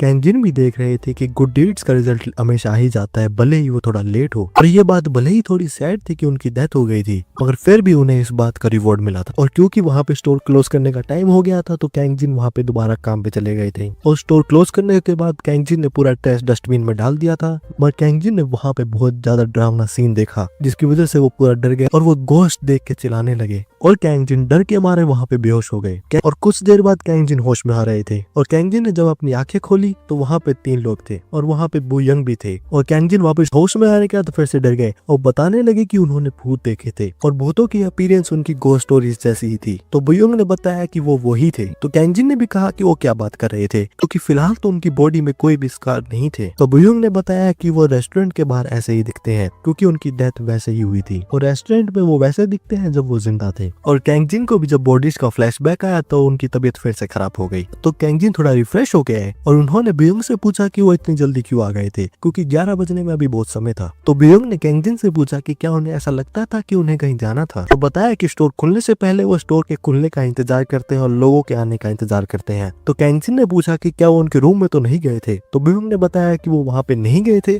और भले ही वो भूत थे मगर इस बात का कारण ये नहीं था कि वो कहीं भी जा सकते थे और कहीं पे जाने के लिए उनके पास परमिशन चाहिए होती है। तो कैंजिन पे इस बात पे रिलीफ हो गए थे। और जो वहाँ पे एक और गोश्त थे उन्होंने कैंजिन को बताया कि जब वो बेहोश थे तो उन्होंने कैंजिन की बॉडी को चेक करा था और उनकी उम्र के अकॉर्डिंग उनकी बॉडी बहुत ज्यादा अनवेल थी। तो कैंजिन ने उनसे पूछा कि उन्हें इस बात का कैसे पता था। तो गोश्त ने अपने आप को इंट्रोड्यूस करा और बताया कि उनका नाम हियोन था और वो 21वीं सेंचुरी के सबसे बेस्ट डॉक्टर थे और अगर वो कुछ साल और जिंदा होते तो वो एक नोबेल प्राइज भी जीत जाते। कैंजिन सोच तो रहे थे कि ये बातें कुछ ज्यादा अमेजिंग थे मगर उन्हें इन बातों पर ज्यादा विश्वास नहीं हो रहा था। फिर हियोंग ने कैंजिन को बताया कि उनके बेहोश होने का कारण ये था कि उनका हार्ट थोड़ा कमजोर था और उन्होंने इस बात का ट्रीटमेंट करा। कैंजिन अभी भी डाउटफुल थे और बताया कि उनका हार्ट थोड़ा काम डाउन था लेकिन वो अभी भी श्योर नहीं थे। फिर हियोंग ने कैंजिन पे और ट्रीटमेंट करना शुरू कर दिया था और जब कैंजिन का ट्रीटमेंट हो रहा था तो उनको बहुत ज्यादा सी फीलिंग आ रही थी और हियोंग ने कैंजिन को बताया कि उनकी बॉडी के लिए बुश क्लोवर एक अच्छी चीज रहेगी। तो कैंजिन ने इस बात का कारण पूछा तो हियो ने इस बात पे एक बहुत बड़ा भाषण दे दिया। तो कैंजिन ने बताया कि उन्हें एक चांस मिलेगा तो वो इस चीज को ट्राई करेंगे। तो हियो ने बताया कि क्यों ना कैंजिन उनके साथ मार्केट में चले और अगर वो उनके साथ जाएंगे तो उनकी वो पिक भी अच्छी करेंगे। तो कैंजिन ने बताया कि उनके लिए आज ही खरीदना जरूरी नहीं था और उन्हें रेस्टोरेंट के लिए भी प्रिपेयर करना था, तो जब उन्हें टाइम मिलेगा तो वो वहाँ पे जाएंगे। तो इस बात पे हियोन उदास हो गए और वो कोने में जाके कहने लगे कि गोश्त के साथ हर्ष खरीदने का क्या ही फायदा था, क्योंकि वो एक ऐसे गोश्त है जो अपनी आफ्टर लाइफ में भी नहीं जा पाए और इस सब का कारण उनकी प्रॉब्लम्स भी थी। तो कैंजिन भी ब्लैकमेल में फंस गए थे, उन्होंने उनके साथ जाने के लिए एग्री कर लिया था और हियोन और कैंजिन मार्केट में आ गए थे। और हियोन भी जब मार्केट में आए थे तो वो भी अलग अलग प्रोडक्ट्स को देख रहे थे और उनको जज कर रहे थे। कैंजिन भी देख रहे थे कि हियोन बहुत ज्यादा एक्साइटेड थे। फिर कैंजिन मार्केट में चाइनीज बुश क्लोवर को ढूंढ रहे थे, तभी वहाँ पे किसी की आवाज आई और आवाज से ऐसा लगा कि उन पर अटैक हुआ था। और कैंजिन ने भी देखा कि आवाज कहाँ से आ रही थी। तो कैंजिन ने देखा कि वहाँ पे एक पर्सन को सीजर आ रहा था। तो कैंजिन ने वहाँ पे एम्बुलेंस के पास कॉल करा और गोश्त ने भी देखा कि कैंजिन उन्हें देख सकते थे और गोश्त का चेहरा बदल गया और उन्होंने कैंजिन की तरफ तेजी से बढ़ना शुरू कर दिया।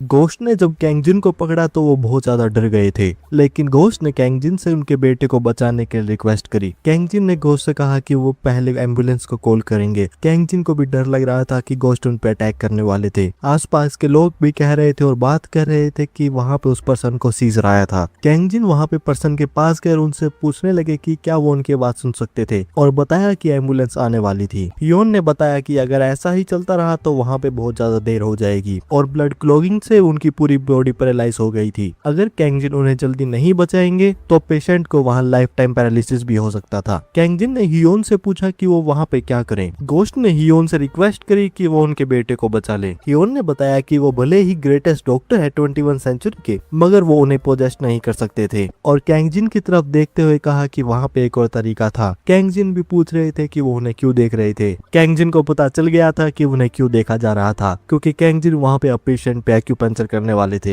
हियोन कैंगजिन को अलग अलग पॉइंट्स के नाम बता रहे थे। कैंगजिन नाम तो समझ गए थे, लेकिन उन्हें ये नहीं पता था कि वहाँ पे पॉइंट्स कहाँ पे थे। हियोन को भी याद आया कि कैंगजिन को उनके बारे में नहीं पता था और वो पॉइंट्स को पॉइंट आउट करके बताने लगे। कैंगजिन जैसे ही एक्यूपंक्चर के पिन पास लेके आ रहे थे, हियोन उनसे कह रहे थे कि वो केयरफुल रहे। कैंगजिन बहुत ज्यादा नर्वस थे और वो बताया कि वो ये सब नहीं कर सकते थे और अगर उन्होंने गलत जगह पोक करा तो वो पर्सन बहुत ज्यादा ट्रबल में भी आ सकता था। और क्या ये ट्रीटमेंट हियोन नहीं कर सकते थे क्योंकि उन्होंने रेस्टोरेंट में भी ऐसा किया था। हियोन ने बताया कि उन्होंने ऐसा इसलिए करा था क्योंकि कैंगजिन की बॉडी में एनर्जी थी, मगर वो चीज यहाँ नहीं थी। और कैंगजिन को कहा कि वो उनके लीड को फॉलो करें। लोग भी देख रहे थे कि क्या कैंगजिन उन पे एक्यूपंक्चर का इस्तेमाल करने वाले थे और सोच रहे थे कि क्या वो कैंगजिन एक डॉक्टर थे। एक्यूपंक्चर की वजह से पेशेंट का पैरालिसिस हट गया था। पेशेंट की भी जब आंखें खुली तो वो अपनी मदर को देख रहे थे। एम्बुलेंस वहाँ पे आ गई थी और एम्बुलेंस में जो टीम आई थी वो पेशेंट को स्टेबलाइज कर रही थी। हियोन ने बताया कि फर्स्ट एड हो चुका था और जब पेशेंट हॉस्पिटल में जाएंगे तो वो बिल्कुल ठीक होंगे। गोस्ट ने कैंगजिन को बताया कि उनके बेटे की बॉडी बचपन से ही वीक थी और उन्हें ऐसी ही चीज का बहुत समय से डर था। गोस्ट की बॉडी का कलर लाइट हो रहा था। गोस्ट ने बताया कि अब उन्हें ज्यादा टेंशन नहीं थी और उन्होंने कैंगजिन को थैंक यू करा और उसी के साथ गोस्ट हेवन में सेंड हो गई। हियोन भी इस चीज को देख रहे थे। कुछ समय बाद कैंगजिन रेस्टोरेंट में आ गए थे। गोस्ट कैंगजिन से पूछ रहे थे कि क्या 11 बज गए थे। कैंगजिन ने बताया कि अभी भी 10 मिनट थे। रेस्टोरेंट के बाहर गोस्ट खड़े थे और वो बात कर रहे थे कि रेस्टोरेंट खुलने से पहले उनके सबसे ज्यादा मुश्किल टाइम होता है। कुछ घोस्ट जो रेस्टोरेंट के बाहर खड़े थे वो एक एनर्जी को फील कर सकते थे। कैंगजिन ने भी देखा कि वहाँ पे 11 बज गए थे,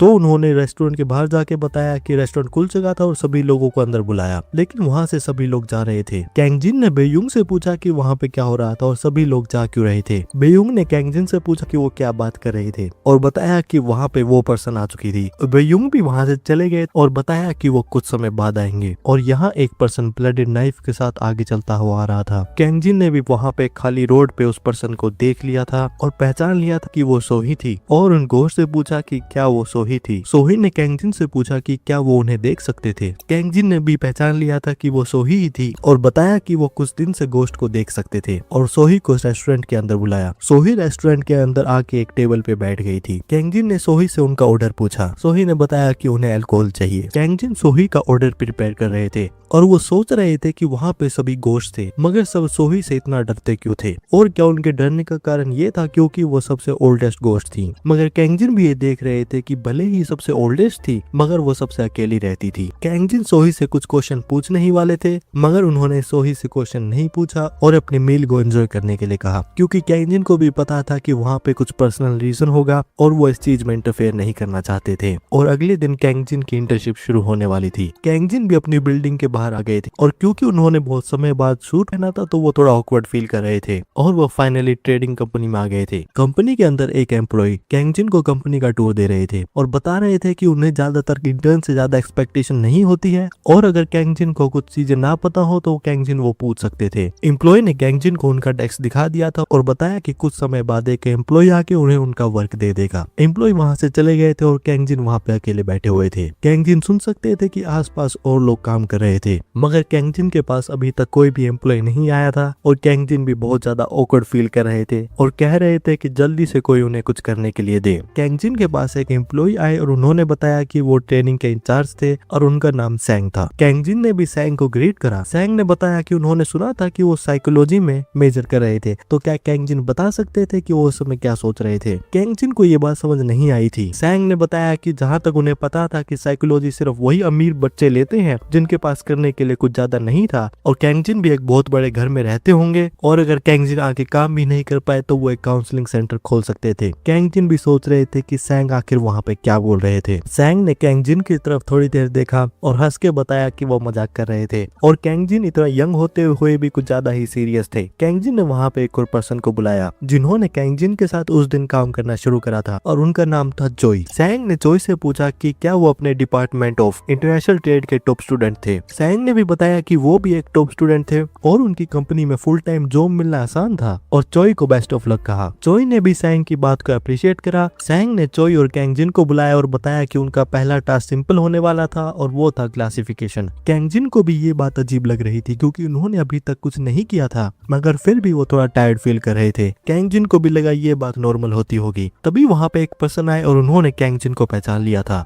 और कैंगजिन से पूछा कि वो तो रेस्टोरेंट के ओनर थे। कैंगजिन ने भी पर्सन को पहचान लिया था और बताया कि उन्होंने उस दिन से वहाँ पे ऐसे इंटर्न ज्वाइन करा था। सैंग ने सीनियर मैनेजर से पूछा कि क्या वो कैंगजिन को जानते थे। सीनियर मैनेजर ने बताया कि वो रेस्टोरेंट के ओनर थे जिसका नाम था वन मील रेस्टोरेंट। कैंगजिन ने भी इस बात की कंफर्मेशन दी। चोई ने कैंगजिन से पूछा कि क्या वो इंटर्नशिप के साथ एक रेस्टोरेंट भी चला रहे थे। सीनियर मैनेजर ने भी बताया कि वो इस बात पे थोड़ा क्यूरियस थे। कैंगजिन ने बताया कि वो किसी रीजन की वजह से रेस्टोरेंट के ओनर सिर्फ 5 साल के लिए थे। सैंग को भी ये स्टोरी इंटरेस्टिंग लग रही थी क्योंकि कैंगजिन डिपार्टमेंट ऑफ साइकोलॉजी में थे, रेस्टोरेंट भी चलाते थे और अब वो एक इंटर्न भी बन गए थे। सीनियर मैनेजर ने कैंगजिन को बताया कि उनका सूप उनकी वाइफ को बहुत ज्यादा अच्छा लगा था। जोई भी ये सब बातें पीछे से सुन रहे थे। सीनियर मैनेजर ने जाने से पहले बताया कि उनके साथ जो डिपार्टमेंट हेड आए थे उन्हें भी उनके रेस्टोरेंट का खाना बहुत ज्यादा अच्छा लगा था। कैंगजिन ने भी सीनियर मैनेजर को थैंक यू करा। जोई भी ये सब जो होता देख रहे थे इस चीज से खुश नहीं थे। कुछ समय बाद कैंगजिन ने अपना क्लासिफिकेशन का टास्क कंप्लीट कर दिया था। एम्प्लॉय ने बताया कि काम बहुत ज्यादा नीट था और डेटा भी अच्छी तरह से डिटेल्ड था और एम्प्लॉय ने कैंगजिन की काम की तारीफ करी। कैंगजिन ने भी थैंक यू कहा और पूछा क्योंकि उनके पास करने के लिए कुछ नहीं था तो क्या वो घर जा सकते थे। एम्प्लॉय ने बताया क्योंकि कैंगजिन का वर्क कंप्लीट हो गया था और वहाँ पे वर्किंग आवर्स भी खत्म हो गए थे तो कैंगजिन वहाँ पे जा सकते थे। एम्प्लॉय ने अपनी बात खत्म भी नहीं करी थी लेकिन कैंगजिन वहाँ से चले गए थे। एम्प्लॉय ने भी पूछा कि क्या कैंग चले गए थे। सैंग ने भी बताया कि वो जब इंटर्न थे तो वो इतनी जल्दी तो नहीं जा सकते थे। एम्प्लॉय ने कहा कि वो किसी से जबरदस्ती तो काम नहीं करा सकते थे। सैंग असिस्टेंट मैनेजर से कह ही रहे थे कि जब वो इंटर्न थे, लेकिन असिस्टेंट मैनेजर ने सैंग की बात रोकी और सैंग से पूछा कि क्या उनका काम खत्म हो गया था। असिस्टेंट मैनेजर ने बताया कि वो कैंग को लेकर थोड़ा चिंता में थी क्योंकि कैंगजिन की स्टोरी थोड़ी यूनिक थी, लेकिन कैंगजिन ने अपने पहले दिन में बहुत अच्छी तरह से काम करा था। कैंगजिन भी वहाँ पे देख रहे थे कि जो उन्हें एडवाइस की बुक दी थी वो बहुत ज्यादा हेल्पफुल थी। यहाँ एक एम्प्लॉय चोई को बुला रहे थे और पूछ रहे थे कि क्या उन्होंने जो टास्क दिया था वो हो गया था। चोई ने बताया कि वो उसी काम को कर रहे थे। एम्प्लॉय भी आपस में बात कर रहे थे कि जब उन्होंने सुना था कि चोई अपने डिपार्टमेंट में टॉप पे थे तो उन्हें चोई को लेकर एक्सपेक्टेशन थी, मगर देख के तो यही लग रहा था कि वो स्लो थे और वो भले ही अपना बेस्ट दे रहे थे मगर वो फिर भी थोड़ी गलतियां कर रहे थे। चोई भी ये बातें सुनते हुए और फ्रस्ट्रेटेड हो रहे थे। कुछ समय बाद सीनियर मैनेजर कैंगजिन के साथ एक रेस्टोरेंट पे आ गए थे। सीनियर मैनेजर ने बताया कि वहाँ पे उनका फेवरेट सूप मिलता था। कैंगजिन ने भी देखा कि वहाँ पे बहुत ज्यादा लोग थे। एम्प्लॉय भी बात कर रहे थे कि रेस्टोरेंट पे वहाँ पे उनके फॉर्मर प्रेसिडेंट की फोटो थी तो रेस्टोरेंट अच्छा तो होगा ही, और देख रहे थे कि वहाँ पे बाकी एक्टर्स और आइडल्स के भी सिग्नेचर थे। कैंगजिन भी वहाँ का फूड खाने के लिए एक्साइटेड थे, लेकिन तभी कैंगजिन को वहाँ पे एक आवाज आई और कैंगजिन ने वहाँ पे एक गोश्त को देखा और देख के तो यही लग रहा था कि वो रेस्टोरेंट के पुराने ओनर थे। कैंगजिन और सीनियर मैनेजर अपनी सीट पे बैठ गए थे। रेस्टोरेंट ओनर ने सीनियर मैनेजर और कैंगजिन से जल्दी ऑर्डर करने के लिए कहा। कैंगजिन भी देख रहे थे कि वहाँ पे बात सही से नहीं की जा रही थी। ओनर ने वहाँ पे फूड को सर्व कर दिया था, लेकिन जब सभी लोगों ने वहाँ पे फूड को ट्राई करा तो उनका एक्सपेक्टेशन फुलफिल नहीं हो पाई थी। कैंगजिन भी देख रहे थे कि टेस्ट इतना बुरा नहीं था, मगर कैंगजिन को ये बात समझ नहीं आ रही थी कि वहाँ पे लोगों की लाइन क्यों लगी हुई थी। सीनियर मैनेजर ने बताया कि वहाँ पे टेस्ट यूजुअली ऐसा नहीं होता है और क्या कारण ये था क्योंकि ओनर चेंज हो गया था। असिस्टेंट मैनेजर भी इस बात पे एग्री कर रही थी। सीनियर मैनेजर ने माफी मांगी और बताया कि वो वहाँ पे इन्हें इसलिए लाए थे क्योंकि रेस्टोरेंट अच्छा हुआ करता था। कैंगजिन ने बताया कि उन्हें चिंता करने की जरूरत नहीं थी क्योंकि उन्होंने अपना पूरा खाना खा लिया था। सभी लोग वहाँ से खाना खा के जा रहे थे। घोस्ट भी वहाँ पे खड़े थे और बोल रहे थे कि वो नई जगह पे कैसे जाएंगे, और एम्प्लॉइज भी बात कर रहे थे कि खाना वहाँ पे यूजुअली जितना अच्छा नहीं था, और बताया कि पुराने रेस्टोरेंट के ओनर के जाने के बाद खाना खराब होता जा रहा था। घोस्ट भी इस बातों से थोड़ा चिंता में थे। कैंगजिन अपने रेस्टोरेंट में आ गए थे और उन्होंने सोयुंग से सिचुएशन के बारे में पूछा। बेयुंग ने बताया कि घोस्ट का नाम सोयुंग था और वो उन्हें जानते थे और उनकी कुकिंग के बारे में बताया कि वो बहुत ज्यादा अच्छी थी। बेयुंग ने कैंगजिन से उनके स्टोर के बारे में पूछा और बताया कि उनके बेटे ने स्टोर को इनहेरिट करा था। कैंगजिन ने बताया कि वहाँ पे बहुत ज्यादा लोग तो थे मगर वहाँ पे फूड का टेस्ट प्लेन था। बेयुंग ने भी कहा कि उन्होंने जो रूमर सुने थे शायद वो सच थे। बेयुंग ने वहाँ पे सूप की पूरी रेसिपी बताई और बताया कि रेसिपी को बनाने में 12 घंटे लगते हैं और उन्हें भी आइडिया नहीं था कि वो सोयुंग के सूप के बजाय एक इंस्टेंट सूप को क्यों पिएंगे।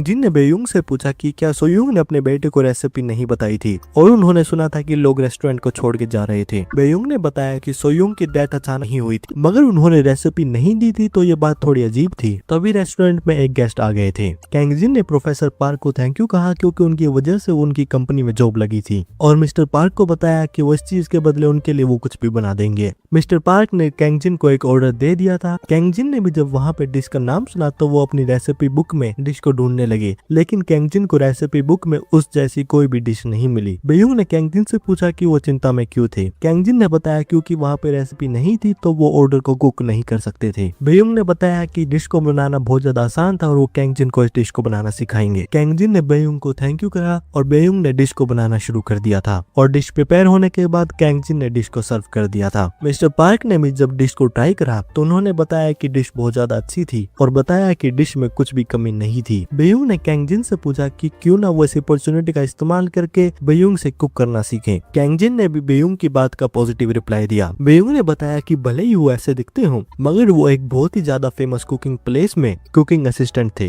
कैंगजिन ने बेयुंग से पूछा कि क्या वो उन्हें एक सिंपल गार्लिक पिकल्स डिश को बनाना सिखा सकते थे जो कि रेसिपी बुक में नहीं थी। बेयुंग एक कोने में चले गए और बताया कि वो गार्लिक बिल्कुल नहीं कुक करेंगे। बेयुंग ने बताया कि अगर वो गार्लिक को कुक करेंगे तो वहाँ पे वो लोग आ जाएंगे। कैंगजिन ने पूछा कि उनका उन लोगों से क्या मतलब था। बेयुंग ने बताया कि वो सोही और बाकी मेड एंड गोस्ट की बात कर रहे थे और उनकी बातें करके भी बेयुंग को बहुत ज्यादा डर लग रहा था। कैंगजिन ने बेयुंग से पूछा कि वो उनसे इतना ज्यादा डरते क्यों थे और वो भी गोस्ट ही थे। बेयुंग ने बताया कि उन्हें इस बात का कारण नहीं था, मगर जब कैंगजिन गोस्ट बनेंगे तो वो इस चीज को समझ जाएंगे। कैंगजिन ने भी कहा कि वो मेड एंड गोस्ट के साथ साथ मिस्टर डोची से भी डरते थे और वो जितना उन्हें लगता था तो बेयुंग उससे ज्यादा ही डरपोक थे। बेयुंग ने इस बात का कारण डेप्थ बताया और पूछा कि एक गोस्ट जो मर चुका है वो जाके पैसे कहाँ से कमाएगा, और वो लकी थे क्योंकि वो वहाँ पे काम करते थे और रेस्टोरेंट में पैसे कमाते थे। मगर अगर वो डेप्थ को पे नहीं कर पाए और अगर उनका बैलेंस नेगेटिव में चला जाएगा तो जेएस फाइनेंस के लोग वहाँ पे आके उन्हें पकड़ लेंगे, और अगर कोई गोस्ट पकड़ा गया तो उन्हें बैंक की विंडो में अपने डॉक्यूमेंट्स को सबमिट करना होगा और बहुत ज्यादा समय तक वो डॉक्यूमेंट्स एग्जामिन होंगे, और विंडो की जो लाइन है बहुत लंबी है और उतनी ही ज्यादा स्लो, और वहाँ पे पेपर वर्क भी एक साथ पास नहीं होता, और अगर कोई एग्जामिनेशन फेल कर दे तो उसका मतलब है एक्शन। बेयुंग ने बताया कि डेथ और एक्सटिंक्शन सेम है मगर वो अलग है। डेथ का मतलब एंड नहीं है क्योंकि वो एक नई बिगिनिंग है, मगर एक्सटिंक्शन का मतलब है कंप्लीट डिसअपीयरेंस जो कि एंड है। जिनने बेयुंग से कहा कि उन्हें अपनी प्रॉब्लम को जल्दी ही रिजॉल्व करना होगा। बेयुंग ने बताया कि घोस्ट को अपनी रिजेंटमेंट के बारे में पता नहीं होता है और इसीलिए बेयुंग भी बहुत ज्यादा स्ट्रेस में है। कैंगजिन ने माफी मांगी क्योंकि वो इस चीज से रिलेटेड कुछ भी नहीं करते थे। बेयुंग ने बताया कि ऐसी कोई जरूरत नहीं थी क्योंकि उन्होंने ये स्टोरी उनकी सिंपैथी के लिए नहीं बताई थी और वो कुछ समय के लिए बाहर जा रहे थे। कैंगजिन ने बेयुंग से पूछा कि वो आखिर कहाँ जा रहे थे। कैंगजिन भी सोच रहे थे कि मिस्टर पार्क के अलावा वहाँ पे ज्यादा लोग नहीं आए थे और क्या वहाँ पे चीज ठीक होने वाली थी, मगर कुछ भी ठीक नहीं था। कैंगजिन लगातार ऑर्डर बना रहे थे और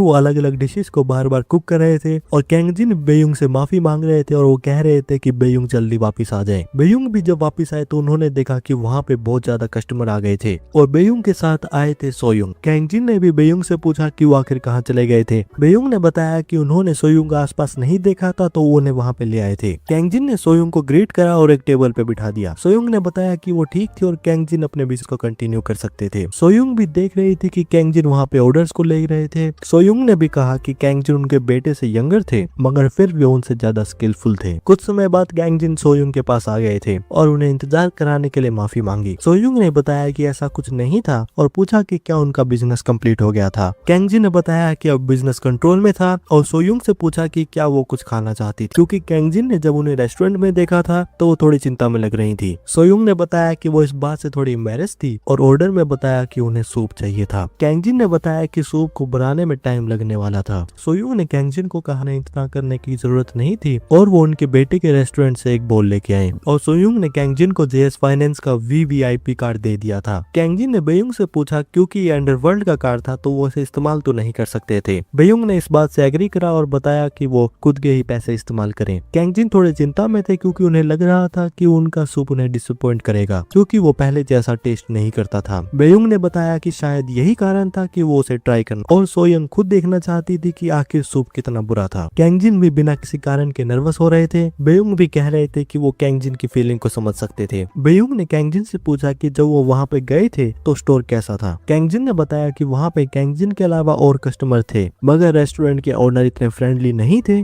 और बाकी के स्टाफ रेस्टोरेंट के किचन में थे, मगर देखने में ऐसा नहीं लग रहा था कि वो एक फैमिली थे। कैंग जिन को भी वहाँ पे कोई ऐसा नहीं दिखा जो कि सोयुंग के बेटे जैसा दिखे। यहाँ पे बेयुंग ने सूप को टेस्ट ही करा था। कैंग जिन ने भी देखा कि सूप टेस्ट करते हुए बहुत ज्यादा बुरा लग रहा था, तो कैंग जिन ने सोयुंग से पूछा कि क्या उन्हें ड्रिंक करने के लिए कुछ चाहिए था। सोयुंग ने बताया कि उन्हें कुछ ड्रिंक्स चाहिए थी और साथ ही कुछ गिलास। सोयुंग ने जब वहाँ पे बोतल्स ली तो बताया कि उन्होंने अपने टाइम में बहुत ज्यादा ड्रिंक्स बनाई थी और बताया कि वहाँ पे रैंडमली शेक नहीं करना होता है क्योंकि ये सब टेक्निक होती है। और सोयुंग ने वहाँ पे पूरी टेक्निक के साथ ड्रिंक्स को फिल कर दिया था। इस चीज पे कैंग जिन और बेयुंग भी हैरान थे। कैंग जिन ने भी बताया कि वो ड्रिंक को टेस्ट करने के लिए एक्साइटेड थे और जब कैंग जिन ने ड्रिंक को टेस्ट करा तो बताया कि ड्रिंक बहुत ज्यादा सॉफ्ट थी। बेयुंग ने भी देखा कि उनकी स्किल्स अभी तक वैसी ही थी। जहाँ कैंग जिन और बेयुंग ड्रिंक्स के बारे में बात कर रहे थे, बाकी कस्टमर्स भी वहाँ पे ड्रिंक्स को देख रहे थे। बेयुंग ने कस्टमर से पूछा कि क्या उन्हें भी ड्रिंक्स चाहिए थी। सभी कस्टमर्स ने खुश होते हुए एग्री करा। बेयुंग ने भी कहा कि वो अपनी स्किल्स का पूरा शो ऑफ करेंगी। कुछ समय बाद रेस्टोरेंट से सभी कस्टमर चले गए थे। सोयुंग ने बताया कि वो जब 25 इयर्स की थी तो उनके हस्बैंड की डेथ हो गई थी और क्योंकि उनके पास एक चाइल्ड भी था, मगर उनके रिलेटिव से पैसे मांगना उनके लिए मुश्किल था, तो उन्होंने अपनी सूप की रेसिपी के साथ नई चीजें ट्राई करना शुरू करा। सोयुंग ने बताया कि उनके लिए कुछ भी इजी नहीं था और उन्होंने बाकी काफी पॉपुलर रेस्टोरेंट के साथ भी बहुत ज्यादा कम्पीट करा था और कुछ टाइम तो ऐसे भी आए थे जब वो कंप्लीट मेंटल ब्रेकडाउन में थी, मगर उसी डेडिकेशन के साथ उन्होंने अपना हैंगओवर सूप कंप्लीट करा था। मगर सोयुंग इस बात पे और उदास थी क्योंकि जो सूप उन्होंने बहुत ज्यादा मेहनत से बनाया था, उनके बेटे ने उस सूप को बहुत ज्यादा खराब कर दिया था। कैंग जिन भी देख रहे थे कि जो सूप रेस्टोरेंट बिल्कुल जीरो से शुरू हुआ था और इस पॉइंट पे आया था और वो रेस्टोरेंट सोयुंग ने अपनी पूरी मेहनत से बनाया था, मगर सोयुंग ने जिन्हें उस रेस्टोरेंट को इंटरेस्ट किया था वो रेस्टोरेंट अब डूब रहा था। सोयुंग ने कैंग जिन से पूछा कि क्या वो एक फेवर कर सकते थे। कैंग जिन ने बताया कि वो उनसे कुछ भी मांग सकती थी, तो सोयुंग ने कैंग जिन से रिक्वेस्ट करी कि वो सोयुंग के रेस्टोरेंट को खत्म कर दे।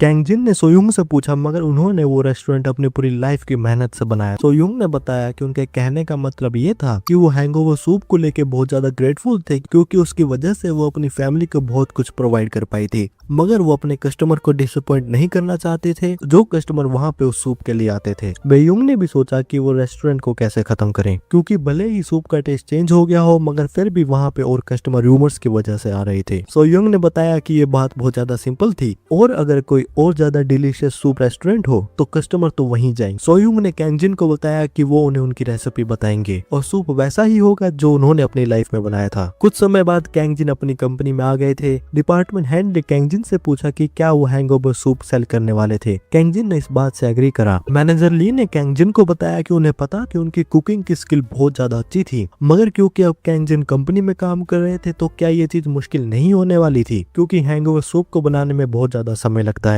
कैंग जिन ने बताया कि वो सूप को सिर्फ वीकेंड्स पे बेचने वाले थे और वो स्टार्टिंग में 60 सर्विंग्स ही रखेंगे। मैनेजर ली ने भी देखा कि वहाँ पे सिर्फ 60 बोल्स ही मिलने वाले थे और क्योंकि कैंग जिन सिर्फ इतने ही बोल्स को बेचने वाले थे तो इस चीज में डेफिनेटली कुछ होने वाला था, जिस वजह से मैनेजर ली और ज्यादा क्यूरियस हो गए थे। मैनेजर ली ने कैंग जिन से पूछा कि क्या वो एक रिजर्वेशन बुक कर सकते थे। कैंग जिन ने इस बात से एग्री करा और पूछा उन्हें कितनी सीट चाहिए थी। मैनेजर ली ने बताया कि रिजर्वेशन 3 लोगों के लिए होने वाली थी। कैंग जिन अपने रेस्टोरेंट के स्टॉक के बारे में सोच रहे थे और वो देख रहे थे कि सूप को बनाने के लिए उन्हें कौन सा स्टॉक कहाँ से लेना होगा। कैंग जिन को पता था कि सूप को बनाने में 12 घंटे लगते हैं, तो उन्हें सूप को एक दिन पहले फ्राइडे की इवनिंग को बनाना शुरू करना होगा। कैंग जिन जब ये सब सोच रहे थे तो संग उन्हें बुला रहे थे। सैंग ने कैंग जिन से पूछा कि उनका ध्यान कहाँ पे था और क्या उनकी फुल टाइम एम्प्लॉय बनने की कोई भी इंटेंशन थी। कैंग जिन ने संग से पूछा कि वो अचानक से क्या कह रहे थे क्योंकि उन्हें वहाँ पे इंटर्न का काम करते हुए एक ही हफ्ता हुआ था। सैंग ने बताया कि उन्हें स्टार्टिंग में ये बात थोड़ी अजीब लगी थी क्योंकि कैंग जिन साइकोलॉजी मेजर से थे, मगर कैंग जिन अपने काम में बहुत ज्यादा अच्छे थे और इतना काफी होने वाला था। कैंग जिन ने बताया कि उन्होंने देखा था कुछ समय से लोग चोई को काम दे रहे थे तो उन्हें यही लग रहा था कि ऑफर चोई को मिलने वाला था। सैंग ने बताया कि जो इंटर्न्स उनकी कंपनी में काम नहीं करने वाले थे तो वो ट्राई करते हैं कि वो उन्हें और ज्यादा एजुकेट करें, जिस वजह से वहाँ पे वो और ज्यादा काम सीखें। कैंग जिन को ये बात कुछ ज्यादा लग रही थी। सैंग ने बताया कि भले ही कैंग जिन एक रुकी थे, मगर उन्हें अपना काम अच्छी तरह से करना आता था और वो उस चीज में अच्छे भी थे और कंपनी के पॉइंट ऑफ व्यू से कैंग जिन की प्रायोरिटी चोई से ऊपर थी। कैंग जिन भी देख रहे थे कि सैंग बहुत ज्यादा डायरेक्टली बातें कर रहे थे। होस्ट मिस्टर पार्क जो वहीं थे वो भी देख रहे थे कि भले ही सैंग थोड़े रूड थे, मगर उन्हें लोगों को पढ़ना अच्छी तरह से आता था। मगर मिस्टर पार्क ने पीछे खांसते हुए कहा कि अगर कैंग जिन वहाँ पे फुल टाइम एम्प्लॉय बन जाएंगे तो घोस्ट वहाँ पे खाना कहाँ पे खाएंगे। कैंग जिन सोच रहे थे कि अगर वो फुल टाइम एम्प्लॉय बनेंगे तो उनकी इनकम ज्यादा स्टेबल होगी और उन्हें रेस्टोरेंट में भी दोबारा काम नहीं करना होगा। मगर उन घोस्ट का क्या होगा जो वहाँ पे रेस्टोरेंट में आते हैं, और कैंग जिन के बिना वो क्या करेंगे। कैंग जिन को भी याद आया कि लोअर शिन ने बताया था कि ये रेस्टोरेंट अंडरवर्ल्ड और इस दुनिया में एक बाउंड्री थी। कैंग जिन को भी पता था कि ये एक लौती ऐसी जगह थी जहाँ घोस्ट आके खाना खा सकते थे। कैंग जिन ने सैंग को उनके ऑफर के लिए थैंक यू कहा, मगर बताया कि उनके लिए फुल टाइम बनना मुश्किल था क्योंकि उन्हें रेस्टोरेंट 5 साल के लिए चलाना था। सैंग ने कैंग जिन से कहा कि रेस्टोरेंट अगर इतना ही इंपॉर्टेंट था तो वो कैंग जिन की बात समझ सकते थे। सैंग ने जोई से पूछा कि क्या वो बिजी थे। जोई ने बताया कि उन्होंने अपनी रिपोर्ट कंप्लीट कर दी थी और मैनेजर पार्क को भी दे दी थी। सैंग ने जाते हुए कैंग जिन से कहा कि वो अपना काम कंटिन्यू करें और जोई को कहा कि वो उनके साथ चलें। कैंग जिन को भी सैंग की कही हुई बात याद आ रही थी जिसमें सैंग ने बताया था कि जो इंटर्न्स कंपनी में कंटिन्यू नहीं करने वाले थे तो वो उनसे ज्यादा काम कराते थे। कैंग जिन को भी पता था कि जोई हमेशा हार्ड वर्क करते हैं तो वो उम्मीद कर रहे थे कि जोई के लिए सब कुछ अच्छा ही हो, और कैंग जिन भी अपने काम पे वापस लग गए थे और कैंग जिन ने भी अपना वर्क कंटिन्यू कर दिया था। कैंग जिन रेस्टोरेंट में वापस आ गए थे और उन्होंने सोयुंग के साथ सूप को कंप्लीट कर दिया था। सोयुंग ने भी बताया कि ये उनका हैंगओवर सूप था और वो उनके बेटे के सूप से अलग था। कैंग जिन भी बता रहे थे कि सूप की स्मेल बहुत ज्यादा डिलीशियस थी। कैंग जिन ने जब सूप को टेस्ट करा तो वो भी हवा में उड़ रहे थे और कह रहे थे कि सब कुछ सूप में बेस्ट था। तो कैंग जिन ने भी हैंगओवर सूप को बेचना शुरू कर दिया था और बताया कि ये सब सिर्फ शुरुआत ही थी। यहाँ पे कैंग जिन की कंपनी की टीम मैनेजर ली के साथ आई हुई थी और वो बात कर रहे थे कि रेस्टोरेंट बहुत ज्यादा अच्छा था और फूड भी बहुत ज्यादा टेस्टी था, मगर रेस्टोरेंट में इतने कस्टमर क्यों नहीं थे। कैंग जिन ने बताया कि आज उनका सूप को बेचने का पहला दिन था तो इसलिए वहाँ पे कस्टमर ज्यादा नहीं थे। मैनेजर ली ने कैंग जिन से पूछा कि क्या उन्होंने सीनियर मैनेजर जुंग को नहीं बुलाया था। कैंग जिन को बताया कि ये ट्रीट सिर्फ मैनेजर्स के लिए थी। कैंग जिन को भी पता था कि उन्होंने ये सूप मनी के लिए नहीं बनाया था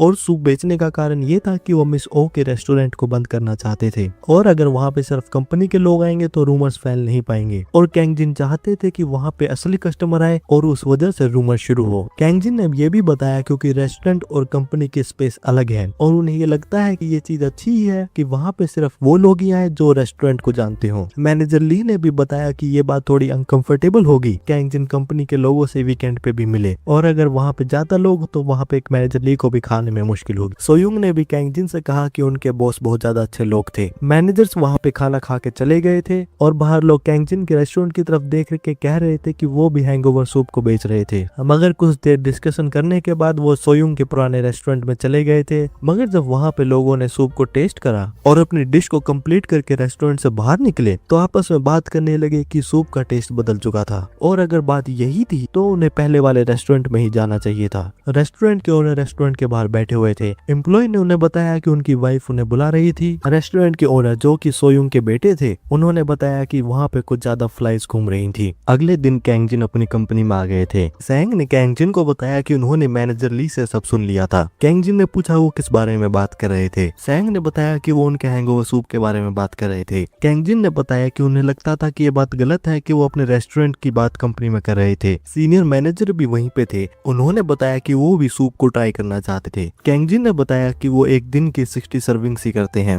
और अगर सीनियर मैनेजर चाहे तो वहाँ पे रिजर्वेशन कर सकते थे, मगर सिर्फ वहाँ पे 8 ही सर्विंग बची थी। सीनियर मैनेजर ने कहा कि उन्हें 5 सर्विंग चाहिए थी। असिस्टेंट मैनेजर ने बताया कि उन्हें 3 लोगों की सर्विंग चाहिए थी। सैंग ने भी देखा कि वहाँ पे सर्विंग खत्म हो चुकी थी और कैंग जिन से पूछा कि क्या वो उन्हें एक सर्विंग नहीं दे सकते थे। कैंग जिन ने माफी मांगी क्योंकि वो सिर्फ 60 बोल्स ही बनाते थे। सैंग अगर चाहे तो वो अगले हफ्ते रिजर्वेशन कर सकते थे। सीनियर मैनेजर ने सैंग से पूछा कि क्या वो उनकी रिजर्वेशन को खरीदना चाहते थे। सैंग ने सीनियर मैनेजर को बताया कि उनकी रिजर्वेशन कुछ ज्यादा ही महंगी थी, लेकिन तभी वहाँ और एम्प्लॉइज आ गए और उन्होंने बताया कि वो उनकी रिजर्वेशन खरीदेंगे। सैंग ने भी पूछा कि वो रिजर्वेशन के इतने ज्यादा रुपए क्यों दे रहे थे। कैंग जिन भी सबकी रिजर्वेशन को बुक कर रहे थे। चोय भी ये सब होता हुआ देख रहे थे। वो वहाँ पे मटेरियल्स को ले जा रहे थे और बताया कि वो इन सबको कॉपी कर लेंगे। चोय जब जा रहे थे तो सैंग ने उनसे कहा कि वो पिछली बार की तरह गलतियां ना करें। कैंग जिन ने बताया कि उन्हें भी डेटा को कॉपी करना था तो वो भी चोय के पीछे जा रहे थे। कैंग जिन चोय उनके पीछे जा रहे थे और वो चोई से कह रहे थे कि क्यों ना वो साथ में जाएं। चोई ने इस बात के लिए मना कर दिया। कैंगजिन को ये बात समझ नहीं आई थी। चोई ने बताया कि कैंगजिन अपनी इंटर्नशिप को सीरियसली भी नहीं ले रहे थे और कैंगजिन ज्यादा खुश ना हो क्योंकि वो अपनी ट्रिक्स का इस्तेमाल करके वहाँ लोगों को फूल बना रहे थे। रेस्टोरेंट की वजह से वो मैनेजर का इंटरेस्ट खुद पे ले आए थे तो कैंगजिन कंफर्टेबल हो रहे थे। चोई ने बताया कि कैंगजिन को ध्यान रखना होगा क्योंकि फाइनल एवेल्युएशन में उनकी स्किल्स रिवील हो जाएंगी। कैंगजिन ने भी ये रिप्लाई बिल्कुल भी एक्सपेक्ट नहीं करा था। चोई ने जाते हुए कैंगजिन से कहा कि ये बात बहुत ज्यादा अनोइंग थी।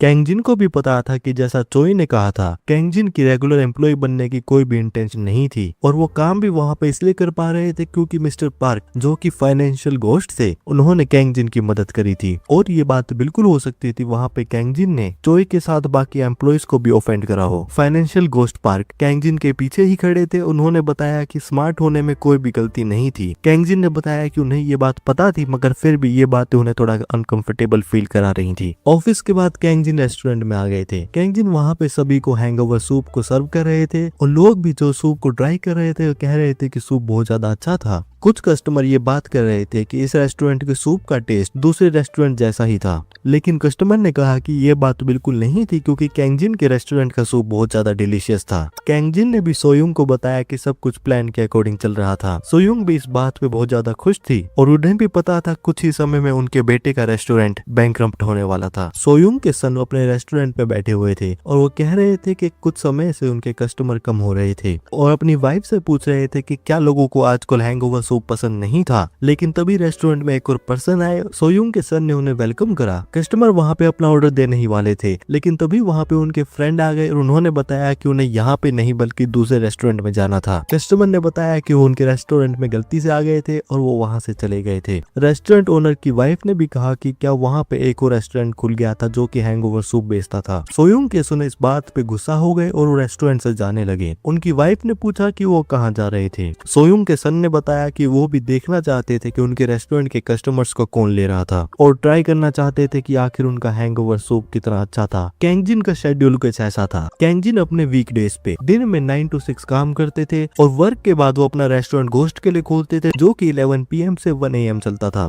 सोयुंग के साथ हैंगओवर सूप बनाते थे जो कि वो लिविंग लोगों को बेचते थे। कैंगजिन भी अपने शेड्यूल से बहुत ज्यादा थक चुके थे। वेयुंग भी कह रहे थे कि कैंगजिन को देख के तो ऐसा ही लग रहा था कि उनके पास एक नया घोस्ट फ्रेंड आने वाला था। कैंगजिन ने बताया क्योंकि वीकडेज पे वहाँ पे वेयुंग थे तो उन्हें इतना काम नहीं करना पड़ता था, लेकिन वीकेंड पे और ज्यादा मुश्किल हो रही थी। कैंगजिन ने वेयुंग को बताया कि वो सोच रहे थे कि वो वीकेंड के लिए किसी को हायर कर ले और भले ही वो शॉर्ट टर्म के लिए हो, और वेयुंग से इस बात सुन के व्यूज पूछे। वेयुंग ने कैंगजिन से पूछा कि क्या उन्हें लगता था कि अगर उनके रेस्टोरेंट में कोई रेगुलर पर्सन ज्यादा समय के लिए आएगा तो क्या वो एक खुद घोस्ट बन जाएगा। कैंगजिन ने इस बात का कारण पूछा। वेयुंग ने बताया कि वो पर्सन वहाँ पे गेस्ट नहीं होगा जो कि वहाँ पे खाना खाने आया होगा, और अगर वो वहाँ पे वर्क करेगा तो उस पर्सन को वहाँ पे धीरे धीरे नेगेटिव एनर्जी मिलेगी और वो पर्सन भी कैंगजिन की तरह भूतों को देख सकेगा। और कैंगजिन भी बहुत ज्यादा सरप्राइज हो गए थे जब उन्होंने घोस्ट को देखा था। तो नॉर्मल पर्सन वहाँ पे जॉब छोड़ के चला जाएगा। कैंगजिन को भी पता चल गया था कि रेस्टोरेंट में वहाँ पे सिर्फ कैंगजिन थे और पार्ट टाइमर घोस्ट वेयुंग। रेस्टोरेंट में कस्टमर खाना खा रहे थे। एक कस्टमर ने कैंगजिन से ड्रिंक्स ऑर्डर करी। कैंगजिन जब ड्रिंक्स को निकाल रहे थे तो सोयुंग ने बताया कि उस पर्सन को दूसरी वाली ड्रिंक पसंद थी। कैंगजिन ने भी सोयुंग की सजेस्टेड ड्रिंक कस्टमर को सर्व कर दी थी।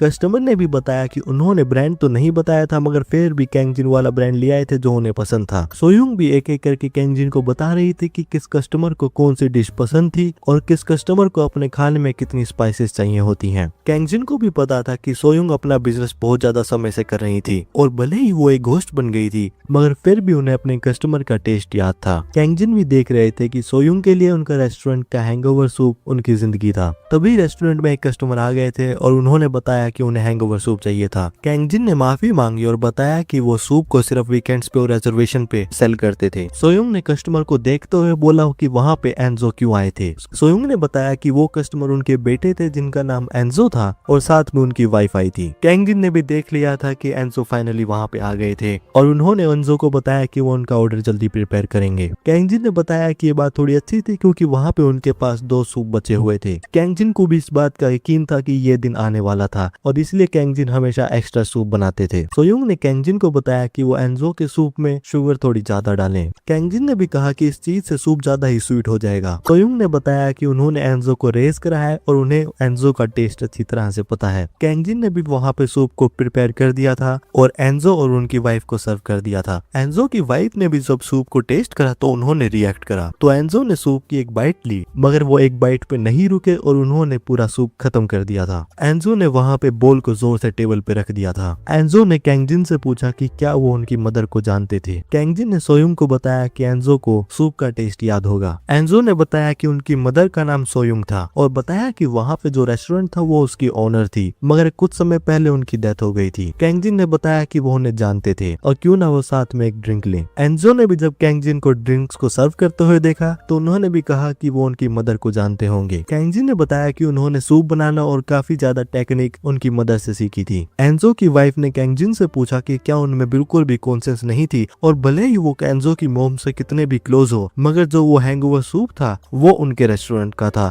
तो कैंगजिन उसे कैसे बेच सकते थे। कैंगजिन ने पूछा कि क्या उन्होंने कुछ गलत किया था। सोयुंग की वाइफ गुस्सा हो गई और बताया कि ये उनकी मदर की रेसिपी थी और इस एरिया में हैंगओवर सूप की पहले से एक ओरिजिनल रेसिपी थी जो कि उनकी मदर की थी और क्या कैंगजिन को लगता था कि ये चीज करनी सही थी। कैंगजिन ने पूछा कि क्या जो सूप वो बेच रहे थे उसकी रेसिपी सेट सेम थी। एंजो की वाइफ गुस्सा हुई, मगर एंजो ने अपनी वाइफ को शांत होने के लिए कहा और बताया कि कैंगजिन गलत नहीं थे। एंजो ने कैंग को बताया कैंगजिन ने इसको एक बार बना लिया था तो उन्हें भी पता होगा कि ये करना बिल्कुल भी आसान नहीं था, क्योंकि एंजो हमेशा सुबह जल्दी उठते थे और वहाँ पे सूप को प्रिपेयर करते थे और सूप को प्रिपेयर करने में वहाँ पे बहुत ज्यादा वेजिटेबल्स को कट करना होता था और बहुत ज्यादा प्रिपरेशन खुद अकेले करनी होती थी और जब तक ये काम होता था रेस्टोरेंट का ओपनिंग टाइम हो जाता था और जब रेस्टोरेंट के वर्किंग आवर खत्म होते थे तो फिर से सूप को स्टॉक करना होता था और अगर कैंगजिन सूप बनाना चाहते हैं तो उन्हें ये काम लगातार करना होगा। कैंगजिन को भी पता था ये बात सच थी और क्योंकि कैंगजिन सूप को सिर्फ वीकेंड्स पे बेचते थे तो इसे बनाना इतना मुश्किल नहीं था, मगर अगर कैंगजिन के पास रूटीन होता तो कैंगजिन भी एंजो की जैसा चॉइस लेते। मगर कैंगजिन ने एंजो से उनकी मदर के बारे में पूछा। कैंगजिन ने एंजो को बताया कि उनकी मदर ने कभी भी इंस्टेंट सूप को कभी भी नहीं खरीदा था और ना ही कभी इस्तेमाल करा था और उन्होंने लगातार उस सूप को 50 इयर्स तक बनाया था और जब वो एंजो के रेस्टोरेंट में आए थे तो वहाँ पे एक बात लिखी हुई थी और लिखा हुआ था कि एक सूप उसके इंग्रेडिएंट्स और सिंसियरिटी से बनता है और एंजो ने एक जिंदगी भर रखने वाला प्रॉमिस ब्रेक कर दिया था। उन्होंने बताया कि उन्होंने हमेशा से सूप का बनता हुआ देखा था और जब भी उनकी मोम सूप को नहीं बना पाती थी तो वो हमेशा कस्टमर से माफी मांगती थी और कभी भी वीकेंड्स को मिस नहीं करती थी। कैंगजो भी रियलाइज कर रहे थे कि वो हमेशा सूप को बनता हुआ देखते थे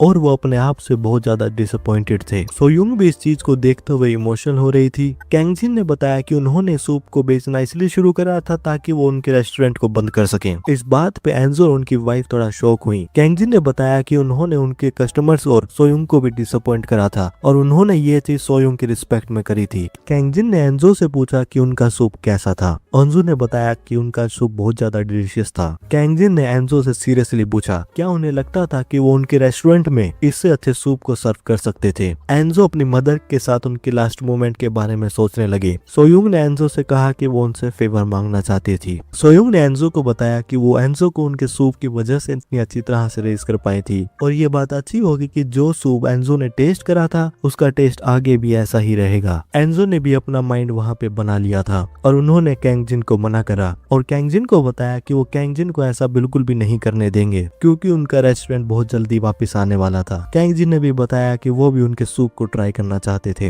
एंजो और उनकी वाइफ रेस्टोरेंट से जा रहे थे। कैंगजिन भी एंजो और उनकी वाइफ को जाता हुआ देख रहे थे। तभी सोयुंग ने कैंगजिन को बुलाया। सोयुंग कैंगजिन से कुछ कहने वाली थी लेकिन कैंगजिन ने सोयुंग से कहा कि क्यों ना वो एंजो को जाके फॉलो करें और अगर वो जाने वाली हो तो क्यों ना वो एक बार एंजो को जाके विजिट करें। सोयुंग ने कैंगजिन से उनके जाने वाली बात का मतलब पूछा। कैंगजिन ने बताया कि जब समय आएगा तो वो समझ जाएंगे, तो इसलिए सोयुंग अब वहाँ से जा सकती थी। सोयुंग ने कैंगजिन को थैंक यू करा और वो भी वहाँ से चली गई थी। कैंगजिन भी उम्मीद कर रहे थे कि सब कुछ अच्छी तरह से हो जाएगा। कैंगजिन लंच की तैयारी कर रहे थे और कैंगजिन के सामने एक बहुत बड़ा टास्क था और वो था डिशेस को क्लीन करना। कैंगजिन को भी पता था कि उन्हें भी डिनर को प्रिपेयर करना था, तो इसका मतलब ये होने वाला था कि उन्हें डिशेस को सर्व करते हुए डिशेस को साथ में क्लीन भी करना होगा। लेकिन कैंगजिन को तभी याद आया कि बेयुंग ने उन्हें बताया था कि कैंगजिन को जब भी बेयुंग को बुलाना हो तो वो बेयुंग का नाम सिर्फ 3 बार लें। कैंगजिन को भी लग रहा था कि ये बिल्कुल सही मूवमेंट था। कैंगजिन ने बेयुंग का नाम 3 बार ले लिया था और बेयुंग वहाँ किचन में मॉर्फ हो रहे थे। बेयुंग वहाँ पे आ गए थे और बेयुंग ने बताया कि कैंग ज्यादा ही जोर से चिल्ला रहे थे। बेयुंग ने कैंगजिन से पूछा कि वो इस चीज को इतनी जल्दी कैसे यूज कर सकते थे और कैंगजिन से उन्हें वहाँ पे बुलाने का कारण पूछा। कैंगजिन भी देख रहे थे कि बेयुंग वहाँ पे असलियत में आ गए थे। बेयुंग ने बताया कि अगर कैंगजिन के पास कुछ करने के लिए नहीं था तो क्यों ना वो वहाँ चले जाएं। कैंगजिन ने बेयुंग को बताया कि उन्होंने उन्हें बहुत जरूरी काम से बुलाया था और आखिर बेयुंग कहाँ पे थे। बेयुंग ने बताया कि वो एंजो के रेस्टोरेंट में देख रहे थे और एंजो और उनकी वाइफ भी वहाँ पे बहुत ज्यादा डेडिकेशन से सूप बना रही थी और वो कैंगजिन को भी सूप का ओरिजिनल टेस्ट दिखाना चाहते थे। कैंगजिन भी इस बात पे यंग थे क्योंकि वहाँ पे सोयुंग अब टेंशन में नहीं थी। कैंगजिन ने बेयुंग से कहा कि उन्हें भी असेंड हो जाना चाहिए था और क्या उन्हें उनके बारे में कोई भी छोटी सी बात याद आई थी। बेयुंग ने बताया कि उन्हें कुछ भी याद नहीं आया था और क्या कैंगजिन ने उन्हें यहाँ पे इसीलिए बुलाया था। कैंगजिन ने बताया कि उन्हें बेयुंग की मदद चाहिए थी और अगर बेयुंग को कहीं पे जाना भी हो तो वो उनके साथ जाएंगे और क्यों ना उससे पहले वो कैंगजिन की डिशेस को क्लीन करने में मदद करें। बेयुंग को भी पता था कि ऐसा कुछ होने वाला था। बेयुंग ने भी कैंगजिन को बताया क्योंकि कैंगजिन के पास मदद करने के लिए और गोश्त नहीं थे तो वो कैंगजिन की मदद कर रहे थे। कैंगजिन ने भी बेयुंग को उनकी मदद के लिए थैंक यू कहा क्योंकि वो उनके इकलौते पार्ट टाइमर थे। बेयुंग और कैंगजिन डिशेस को क्लीन कर रहे थे। कैंगजिन ने बताया कि वो सीरियस थे जब वो बता रहे थे कि वो बेयुंग के साथ कहीं भी जा सकते थे। बेयुंग भी कैंगजिन की बात से एग्री कर रहे थे तो उन्होंने कहा कि क्यों ना वो साथ में चल के एक नाइफ ले। कैंगजिन ने इस बात से एग्री कर लिया था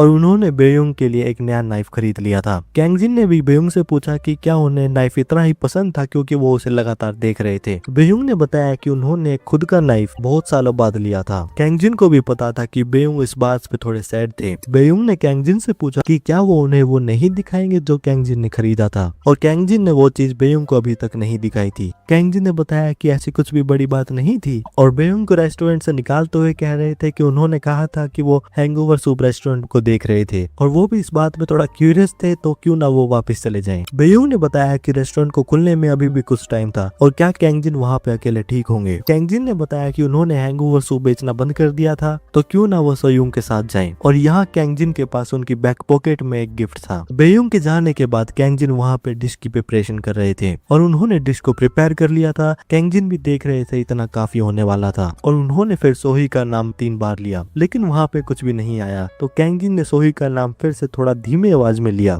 लेकिन वहाँ पे कोई भी नहीं आया था। कैंगजिन को भी लग रहा था कि सभी घोस्ट वहाँ पे 3 बार नाम लेने से नहीं आते थे लेकिन तभी वहाँ पे कैंगजिन को किसने बुलाया और यहाँ पे सोही थी जो कि अपनी घोस्ट फॉर्म में थी। सोही ने कैंगजिन से पूछा कि वो इतने अनोइंग क्यों थे।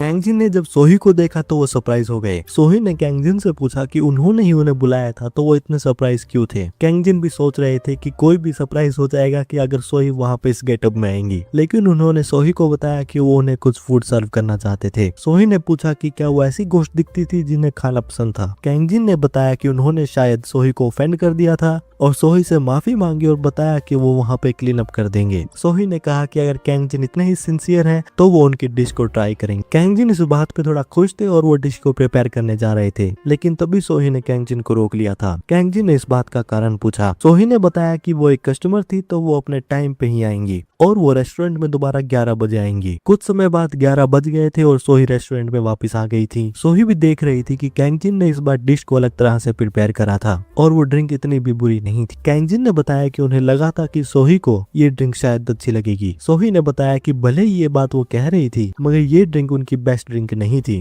कैंगजिन ने भी सोही से उनकी इस ड्रिंक के बारे में पूछा। सोही ने थोड़ा सोचते हुए कैंगजिन को बताया कि वो एक दिन उसे जरूर ट्राई करेंगे। कैंगजिन भी सोच रहे थे कि क्या वो बिना किसी कारण के कुछ ज्यादा ही क्यूरियस हो रहे थे लेकिन कैंगजिन ने वहाँ पे कुछ ड्रॉप कर दिया था। सोही ने अब कैंगजिन को बताया कि उन्होंने कुछ ड्रॉप कर दिया था। कैंगजिन ने सोही को थैंक यू कहा। सोही ने कैंगजिन से पूछा कि वो इतना अजीब क्यों रिएक्ट कर रहे थे। कैंगजिन ने सोही को बताया कि ये सोही के लिए एक प्रेजेंट था। कैंगजिन ने बताया क्योंकि उन्होंने पास्ट में कुछ मिस्टेक्स करी थी तो उन्होंने सोही के लिए एक प्रेजेंट प्रिपेयर करा था। कैंग जिन बता रहे थे कि ये गिफ्ट एक्सपेंसिव नहीं था, लेकिन ये बात अच्छी थी कि कैंग जिन अपने पास्ट के बारे में सोच के माफी मांग रहे थे। और कैंग जिन ने सोही को एक ट्रेडिशनल एक्सेसरी गिफ्ट दी थी। कैंग जिन ने बताया कि उन्हें लगा था कि ये चीज सोही पे अच्छी लगेगी और वो उम्मीद भी यही कर रहे थे। सोही ने बताया कि उन्हें 400 साल बाद कोई एक गिफ्ट दे रहा था। कैंग जिन ने पूछा कि क्या इस समय पहले उनकी डेथ हुई थी। सोही ने बताया कि उनके घोस्ट बनने के बाद भी उन्हें कुछ गिफ्ट मिले थे, मगर वो गिफ्ट सोही को इसलिए दिए गए थे ताकि वो सोही से कुछ स्ट्रेंथ ले सके। सोही को पता नहीं था कि लोग उनको कैसे जानते थे, मगर जिन्हें मदद चाहिए थी सोही ने उनकी मदद करी थी, मगर सोही ने किसी कारण से कुछ लोगों को रिफ्यूज भी करा था। सोही ने बताया कि उन्होंने ऐसा इसलिए करा था कि उन्हें किसी से बात करे बहुत ज्यादा समय हो गया था। कैंग जिन भी देख रहे थे कि सोही बहुत ज्यादा समय से अकेले ही थी, और भले ही सोही एक घोस्ट थी और एक वॉरियर थी जिनकी पावर लोग भी लेना चाहते थे, सोही 400 साल से अकेली ही थी। कैंग जिन भी सोच रहे थे कि आखिर सोही की रिसेंटमेंट क्या थी और आखिर 400 साल वहाँ पे रहने का उनका क्या कारण था। सोही वहाँ से जा रही थी और उन्होंने कैंग जिन को फूड के लिए थैंक यू कहा। कैंग जिन ने भी पूछा कि क्या वो इतनी जल्दी जा रही थी। सोही ने कैंग जिन को कहा कि उन्हें ये बात पता ही थी कि अगर सोही उनके रेस्टोरेंट पे ज्यादा समय रहेंगी तो वहाँ पे और गोश्त नहीं आ पाएंगे। कैंग जिन ने सोही को बताया कि वहाँ पे और गोश्त भी आते ही है, और वो कहना तो यही चाहते हैं कि सोही वहाँ पे कभी भी आ सकती है, चाहे वो वहाँ पे दिन में भी आए। सोही डोर स्टेप पे खड़ी हुई थी और कैंग जिन को देख रही थी। कैंग जिन भी सोच रहे थे कि क्या उन्होंने कुछ ज्यादा बोल दिया था, लेकिन सोही ने इस बात से एग्री कर लिया था। कैंग जिन भी सोही को देख रहे थे। सोही ने बताया कि जब भी वो फ्री होंगी तो वो वहाँ पे आ जाएंगी।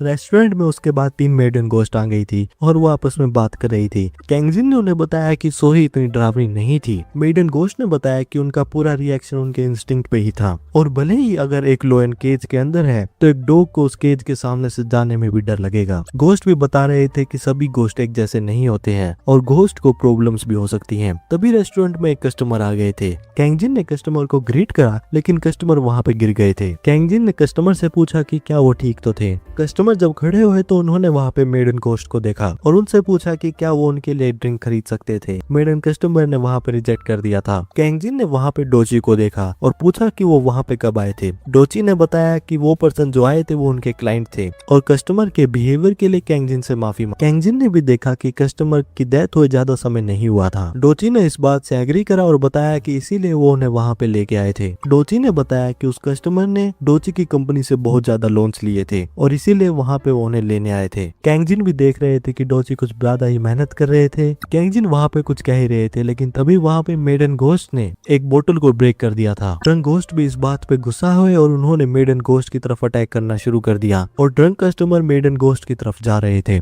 कैंग जिन ने ड्रंक गोस्ट को रोक लिया था। डोची ने मेडन गोस्ट को बताया कि उन्हें ऐसा करने की जरूरत नहीं थी। मेडन कस्टमर ने डोची से कहा कि उन्होंने फाइट को शुरू नहीं करा था। ड्रंक कस्टमर गुस्सा हो रहे थे और उन्होंने फिर से अटैक करने की कोशिश करी, लेकिन डोची ने ड्रंक गोस्ट के कंधे पे हाथ रखा और ड्रंक गोस्ट को बिल्कुल रोक लिया। डोची ने कैंग जिन से पूछा कि क्या वो वाटर ले सकते थे। कैंग जिन ने डोची का ऑर्डर रिसीव करा और वो वाटर लेने जा रहे थे। ड्रंक गोस्ट चिल्ला के कह रहे थे कि क्या डोची को नहीं पता था कि वो आखिर कौन थे। डोची ने बताया कि उन्हें ड्रंक कस्टमर के बारे में अच्छी तरह से पता था। डोची ने ड्रंक कस्टमर को बताया कि वो होयून कंपनी के तीसरे बेटे थे और वो अगर सारी डिटेल्स वगैरह को फोकस करे, फैक्ट ये था कि उनकी एज 33 ईयर्स थी और वो उनके बैंक के बहुत अच्छे कस्टमर थे और उनका नाम वो था। वो ने बताया कि अगर वो बैंक से थे तो उनके पास बहुत ज्यादा प्रॉपर्टी थी। डोची ने बताया कि उनका बैलेंस -14 बिलियन था। वो ने भी जब माइनस सुना तो वो हैरान हुए और पूछा कि ये सब क्या बकवास थी। कैंग जिन ने भी -14 बिलियन बिल्कुल भी एक्सपेक्ट नहीं करा था। वो बता रहे थे कि उनकी बैंक अकाउंट में बहुत ज्यादा पैसे थे और क्या उनको उनके एसेट्स के बारे में नहीं पता था। डोची ने बताया कि ये बात उनके लिविंग बैंक की थी, मगर जेएस फाइनेंस थोड़ा अलग है क्योंकि वो एक अंडरवर्ल्ड बैंक है। कैंग जिन भी वहाँ पे थोड़ा डरते हुए डोची को वाटर सर्व कर रहे थे, लेकिन डोची ने कैंग जिन को जेनरसली थैंक यू कहा। वो कह रहे थे कि क्या डोची उन्हें बेवकूफ समझते थे क्योंकि उन्होंने जेएस फाइनेंस के बारे में कभी भी नहीं सुना था। डोची ने वो से कहा कि क्यों ना वो पानी पिए और शांत हो और उसके बाद वो डॉक्यूमेंट को साइन करें। वो ने डॉक्यूमेंट्स लेके वहाँ पे फेंक दिए थे और वो डोची के सामने खड़े हो गए और कहा कि वो उनको स्कैम करने की कोशिश भी कैसे कर सकते थे। डोची ने वो को पेपर्स को उठाने के लिए कहा। वो भले ही डरे हुए थे, मगर वो डोची से कह रहे थे कि उन्होंने डोची के जैसे लोग बहुत ज्यादा देखे थे और वो बैंकर तो बिल्कुल भी नहीं थे और वो थे तो सिर्फ एक गैंगस्टर। डोची ने सीरियसली फिर से कहा कि वो पेपर्स को पिक करें। वो 2 कदम पीछे हुए और वो तमीज से पेपर्स को उठा रहे थे। कैंगजिन ने मेडन गोस्ट से कहा कि उन्होंने डोची को इतना गुस्से में कभी भी नहीं देखा था और आखिर वो डॉक्यूमेंट्स किस चीज के थे और डॉक्यूमेंट्स के बारे में पूछा। मेडन गोस्ट ने बताया कि दिखने में तो ऐसा लग रहा था कि वो लोन सर्टिफिकेट थे। कैंगजिन ने भी कहा कि बात कुछ भी हो लेकिन वहाँ पे डोची का गुस्सा होना बिल्कुल डिजर्विंग था क्योंकि वहाँ पे वू का एटीट्यूड बिल्कुल भी अच्छा नहीं था। मेडन गोस्ट ने कैंगजिन को बताया कि बैलेंस था -14 बिलियन और वू के एक्शंस और वर्डिंग को देखते हुए और एक ये बात भी कि जब वू की डेथ हुई थी तो वो ड्रंक थे, तो वू को ये बात पता नहीं थी कि वो डेड थे। वू ने भी जब ये बात सुनी तो वो भी हैरान हो चुके थे कि वो मर चुके थे। मेडन गोस्ट भी वू का रिएक्शन देखते हुए हंस रही थी। डोची ने वू से कहा कि वो डॉक्यूमेंट जो कि drunk driving traffic that responsibility loan certificate है उसे चेक करे और उसके पीछे के और डॉक्यूमेंट्स को भी। वू ने ड्रंक ड्राइविंग के बारे में पूछा। डोची ने बताया कि भले ही वू को ये बात याद नहीं थी मगर वो ड्राइव करते हुए ड्रिंक कर रहे थे। वू ने ड्राइव करते हुए लेन को चेंज करने की कोशिश करी लेकिन उसी बीच उन्होंने एक कार को हिट कर दिया था और वहाँ पे एक्सीडेंट हो गया था और वहाँ पे दूसरे कार के ड्राइवर की भी डेथ हो गई थी और वू की सिचुएशन यहाँ पे ये थी कि उन्हें दूसरी पार्टी को सेटलमेंट मनी देना होगा। वू ने कहा कि वो भी मर चुके थे तो वहाँ पे किस बात की सेटलमेंट होने वाली थी और ये सब बातें बिल्कुल बकवास थी। डोची ने वू को उनकी सिचुएशन बताई और समझाया कि अगर वो इस गिलास में पानी को टाइम की तरह देखे और बताया कि अगर वो गिलास के पानी को किसी के टाइम की तरह देखे तो वो टाइम वहाँ पे वो है जब एक पर्सन वहाँ पे एक ह्यूमन बीइंग की तरह बिताता है। डायरेक्ट पानी का एग्जांपल दिया गिलास में कम ज्यादा करते हुए। वू को भी ये बात समझ नहीं आई थी तो डोची ने बताया कि वू की वजह से एक पर्सन की डेथ हो गई थी जिनकी डेथ वहाँ पे नहीं होनी चाहिए थी, तो उस पर्सन का जो लिविंग टाइम है जो कि बच गया है वो आफ्टर लाइफ में मनी की तरह कंपनसेट किया जाता है। और जैसा वू को पता ही है कि वू का टोटल डेप्ट है 14 बिलियन, तो वू को भी अपनी पेमेंट अंडरवर्ल्ड के लॉ के अकॉर्डिंग करनी होगी। वो भी इस बात पे पैनिक कर रहे थे और वो बता रहे थे कि वो किसी को भी मारना नहीं चाहते थे और वहाँ पे जो भी हुआ वो एक एक्सीडेंट था।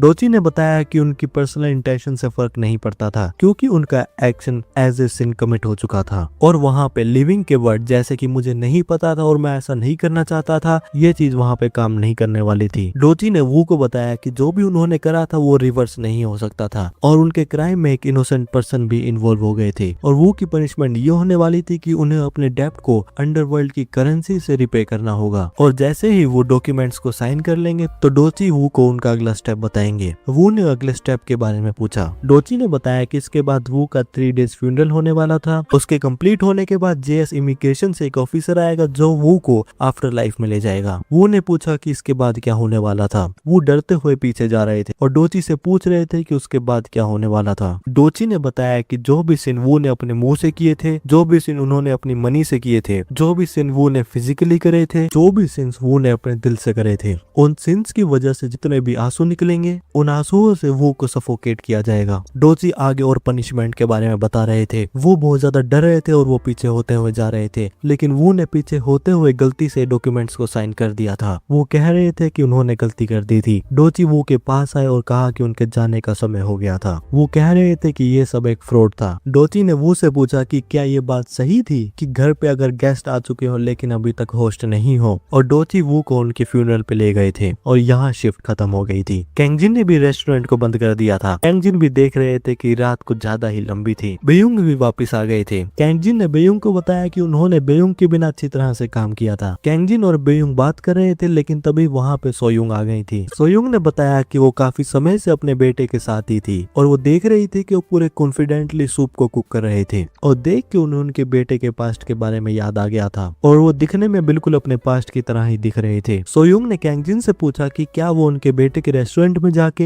एक हैंगओवर सूप को ट्राई करके उसे इवैल्यूएट कर सकते थे। कैंगजिन ने सोयुंग की बात से एग्री करा और कहा कि उनका गुस्सा तो अब खत्म हो गया होगा। बेयुंग ने कहा कि ये बात कुछ ज्यादा ही और बताया कि एंजो को सूप को बेचते हुए सिर्फ 3 ही दिन हुए थे और उन्हें लग तो यही रहा था कि एंजो बहुत जल्दी गिव अप कर देंगे। सोयुंग ने बताया कि उन्हें यकीन था कि इस बात अलग ही थी। बेयुंग ने सोयुंग से पूछा कि उनका गुस्सा खत्म हो गया था और क्या अब वो एंजो के साइड में थी। कैंगजिन ने बताया कि उन्हें लगा था कि ये चीज कुछ ज्यादा चलने वाली थी। बेयुंग ने कैंगजिन से पूछा कि क्या वो भी यही सोच रहे थे। कैंगजिन ने एंजो की आंखों के बारे में बताया क्योंकि वो उनकी आंखों में देखते हुए ये सुन सकते थे कि एंजो ये कह रहे थे कि कोई उन्हें बताए कि वो कुछ गलत कर रहे थे, कोई आके उन्हें डांट मारे और एंजो को बताया कि उनके लिए अभी भी देर नहीं हुई थी। सोयुंग ने कैंगजिन को थैंक यू कहा। कैंगजिन ने बताया कि ऐसी कोई बात नहीं थी और वो भी सूप को ट्राई करना चाहते थे और क्यों ना वो साथ में जाके सूप को ट्राई करें। अगले दिन कैंगजिन और सोयुंग भी रेस्टोरेंट में आ गए थे। कस्टमर वहां जाते हुए बात कर रहे थे कि सूप का टेस्ट पहले से अच्छा हो चुका था और लोग भी वहां खड़े होकर बात कर रहे थे कि एंजो फाइनली अपनी सेंसेस में आ गए थे और बहुत ज्यादा समय बाद वो इतना अच्छा हैंगओवर सूप ट्राई कर रहे थे। कैंगजिन ने सोयुंग से कहा कि उन्होंने अभी तक सूप को ट्राई नहीं करा था मगर उन्हें ऐसा ही लग रहा था कि आंसर उनको मिल गया था। सोयुंग ने कैंगजिन को कहा कि उन्हें सूप को तो ट्राई करना ही होगा। रेस्टोरेंट से कुछ कस्टमर जा रहे थे और उनके पीछे एंजो भी आ रहे थे। कस्टमर अभी भी ड्रंक थे लेकिन वो भी कह रहे थे कि फाइनली ओरिजिनल टेस्ट वापस आ गया था।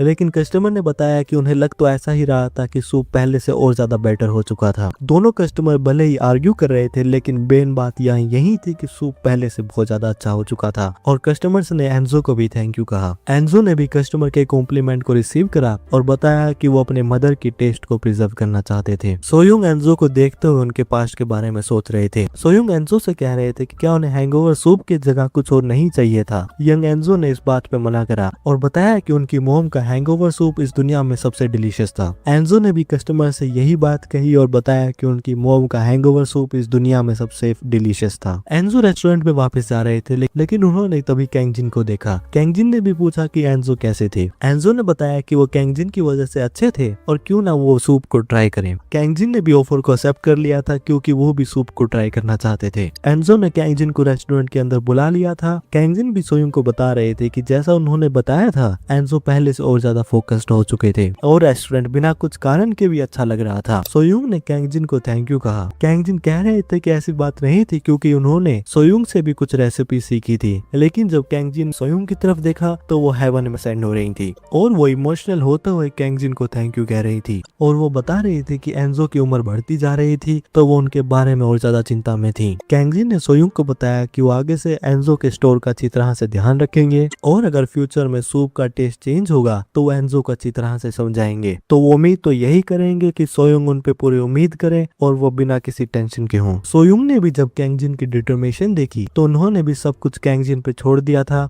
और हेवन में असेंड करते हुए कैंगजिन से रिक्वेस्ट करी। सोयुंग के हेवन में जाने के बाद तभी वहां पे एक चेक आ गया था। चेक था 10 मिलियन वोन का। कैंगजिन को भी लग रहा था कि सोयुंग के लिए इस चेक की कीमत बहुत ज्यादा कम थी। कैंगजिन ने आसमान की तरफ देखते हुए सोयुंग को अपना ध्यान रखने के लिए कहा। रेस्टोरेंट में से एंजो ने कैंगजिन से पूछा कि क्या वो अंदर नहीं आ रहे थे। कैंगजिन भी रेस्टोरेंट में जा रहे थे और वो एंजो से बातें कर रहे थे। कुछ समय बाद कैंगजिन वापस कंपनी में आ गए थे। असिस्टेंट मैनेजर ने कैंगजिन को बताया कि उन्होंने काम अच्छी तरह से किया था और क्या कैंगजिन के कुछ क्वेश्चंस थे। कैंगजिन इधर उधर देख रहे थे। उन्होंने बताया कि उनके पास कुछ क्वेश्चन नहीं थे और वो वहां से जा रहे थे मगर कैंगजिन के पास कुछ क्वेश्चन थे और वो पूछना तो ये चाहते थे कि क्या ऑफिस में कुछ अलग चल रहा था और क्या उनकी आंखें उन्हें धोखा दे रही थी क्योंकि कैंगजिन भी देख रहे थे कि ऑफिस में सब एक्सरसाइज कर रहे थे और कोई भी अपनी सीट पे नहीं बैठा हुआ था और कैंगजिन को ये ऑफिस कम एक जिम ज्यादा लग रहा था। कैंगजिन को ये सिचुएशन उससे भी ज्यादा कंफ्यूजिंग लग रही थी जब उन्होंने पहली बार घोस्ट को देखा था। सीनियर मैनेजर ने कैंगजिन से पूछा कि वो कहाँ जा रहे थे। कैंगजिन ने सीनियर मैनेजर को ग्रीट करा। सीनियर मैनेजर ने बताया कि वो कैंगजिन को ही ढूंढ रहे थे क्योंकि वो हैंगओवर सूप के लिए रिजर्वेशन बुक करना चाहते थे।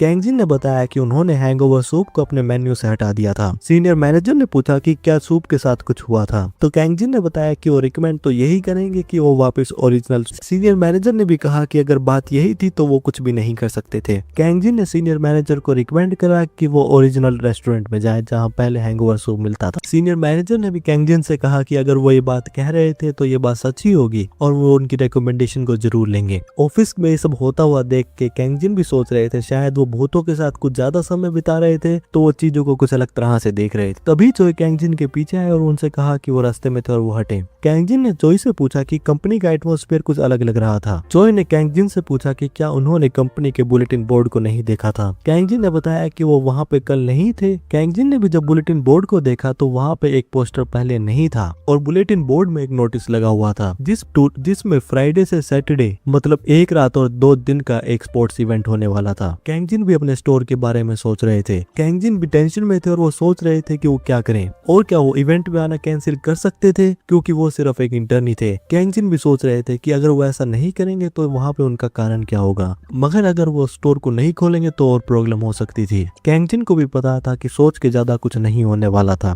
तो कैंगजिन ने लोएशिन के पास कॉल करा और पूछा कि क्या उन्होंने उनका मैसेज देख लिया था। लोएशिन ने बताया कि उन्होंने मैसेज को देख लिया था और वो पूछ रहे थे कि कि क्या वो स्टोर से 2 दिन के लिए लीव ले सकते थे। कैंगजिन ने भी बताया कि उन्हें पता नहीं था कि वो इस केस में क्या करें। लोएशिन ने कैंगजिन को बताया कि वो जा सकते थे। कैंगजिन ने पूछा कि क्या ये बात पॉसिबल थी। लोएशिन ने कैंगजिन को बताया कि वो उनकी जगह फ्राइडे को किसी और को भेज देंगे। कैंगजिन ने लोएशिन से पूछा कि अगर वहाँ पे कोई नॉर्मल पर्सन आएगा तो वो सरप्राइज हो जाएगा। लोएशिन ने बताया कि ऐसी कुछ बात नहीं थी। लोएशिन ने बताया कि वो वहाँ पे उनके 4th ब्रदर को भेजेंगे। कैंगजिन को भी याद आया कि वो इंटीरियर डिजाइनर के बारे में बात कर रहे थे। कैंगजिन ने लोएशिन से पूछा कि क्या वो उनके भाई को रेस्टोरेंट के इंटीरियर को रिमॉडल करने के बारे में पूछ सकते थे। लोएशिन ने बताया कि उन्हें पता नहीं कि अगर उनके भाई के पास टाइम होगा, मगर वो उन्हें इस बात के लिए पूछेंगे। कैंगजिन ने लोएशिन को थैंक यू कहा। क्या वो लोएशिन ने पूछा कि क्या वो उनसे और कुछ पूछना चाहते थे। कैंगजिन ने बताया कि और कुछ बात नहीं थी और फिर से लोएशिन को थैंक यू कहा। कैंगजिन भी कॉल पे बात करते हुए बहुत ज्यादा फॉर्मल हो रहे थे और बोर्ड डाउन भी कर रहे थे। एक एम्प्लॉय ने जब कैंगजिन को देखा तो उनसे पूछा कि क्या वो किसी कस्टमर से बात कर रहे थे, क्योंकि वो कुछ ज्यादा ही पोलाइट थे। कैंगजिन ने बताया कि उनका थोड़ा साइकोलॉजिकल बर्डन था और एम्प्लॉय से पूछा कि क्या वो उनकी बॉक्सेस के साथ मदद कर सकते थे। एम्प्लॉय ने बॉक्स को कैंगजिन से दूसरी तरफ कर लिया और बताया कि वो अपने आप को स्पोर्ट्स इवेंट के लिए ट्रेन कर रही थी। कैंगजिन ने भी एम्प्लॉय से कहा कि सभी लोग वहाँ पे स्पोर्ट्स इवेंट के लिए बहुत ज्यादा डेडिकेशन दिखा रहे थे। एम्प्लॉय ने कैंगजिन से पूछा कि क्या उन्हें बात के बारे में नहीं पता था। कैंगजिन ने भी पूछा वो किस बारे में बात कर रही थी। एम्प्लॉय ने कैंगजिन को बताया कि स्पोर्ट इवेंट में एक पॉपुलर एम्प्लॉय को चूज करा जाता है और अगर कोई इंटर्न सेलेक्ट किया जाता है तो वो एक फुल टाइम एम्प्लॉय बना दिया जाता है। एम्प्लॉय ने भी कैंगजिन को कहा कि वो स्पोर्ट्स डे पे अपना बेस्ट ही दे। कैंगजिन भी समझ गए थे कि आखिर वहाँ पे क्या हो रहा था। कैंगजिन के इस बारे में कुछ भी थॉट्स नहीं थे, तो उन्होंने डिसाइड करा कि वो इस बारे में शांति रहेंगे, क्योंकि कैंगजिन को भी पता था वहाँ पे और इंटर्न्स भी थे। इंटर्न जो वहाँ से जा रहे थे उन्होंने कैंगजिन की तरफ देखा और कैंगजिन के शोल्डर पे हिट करा और कैंगजिन को बिना सॉरी बोले इग्नोर करते हुए चले गए। कैंगजिन को भी लग रहा था कि स्पोर्ट्स डे नॉर्मल तो नहीं जाने वाला था।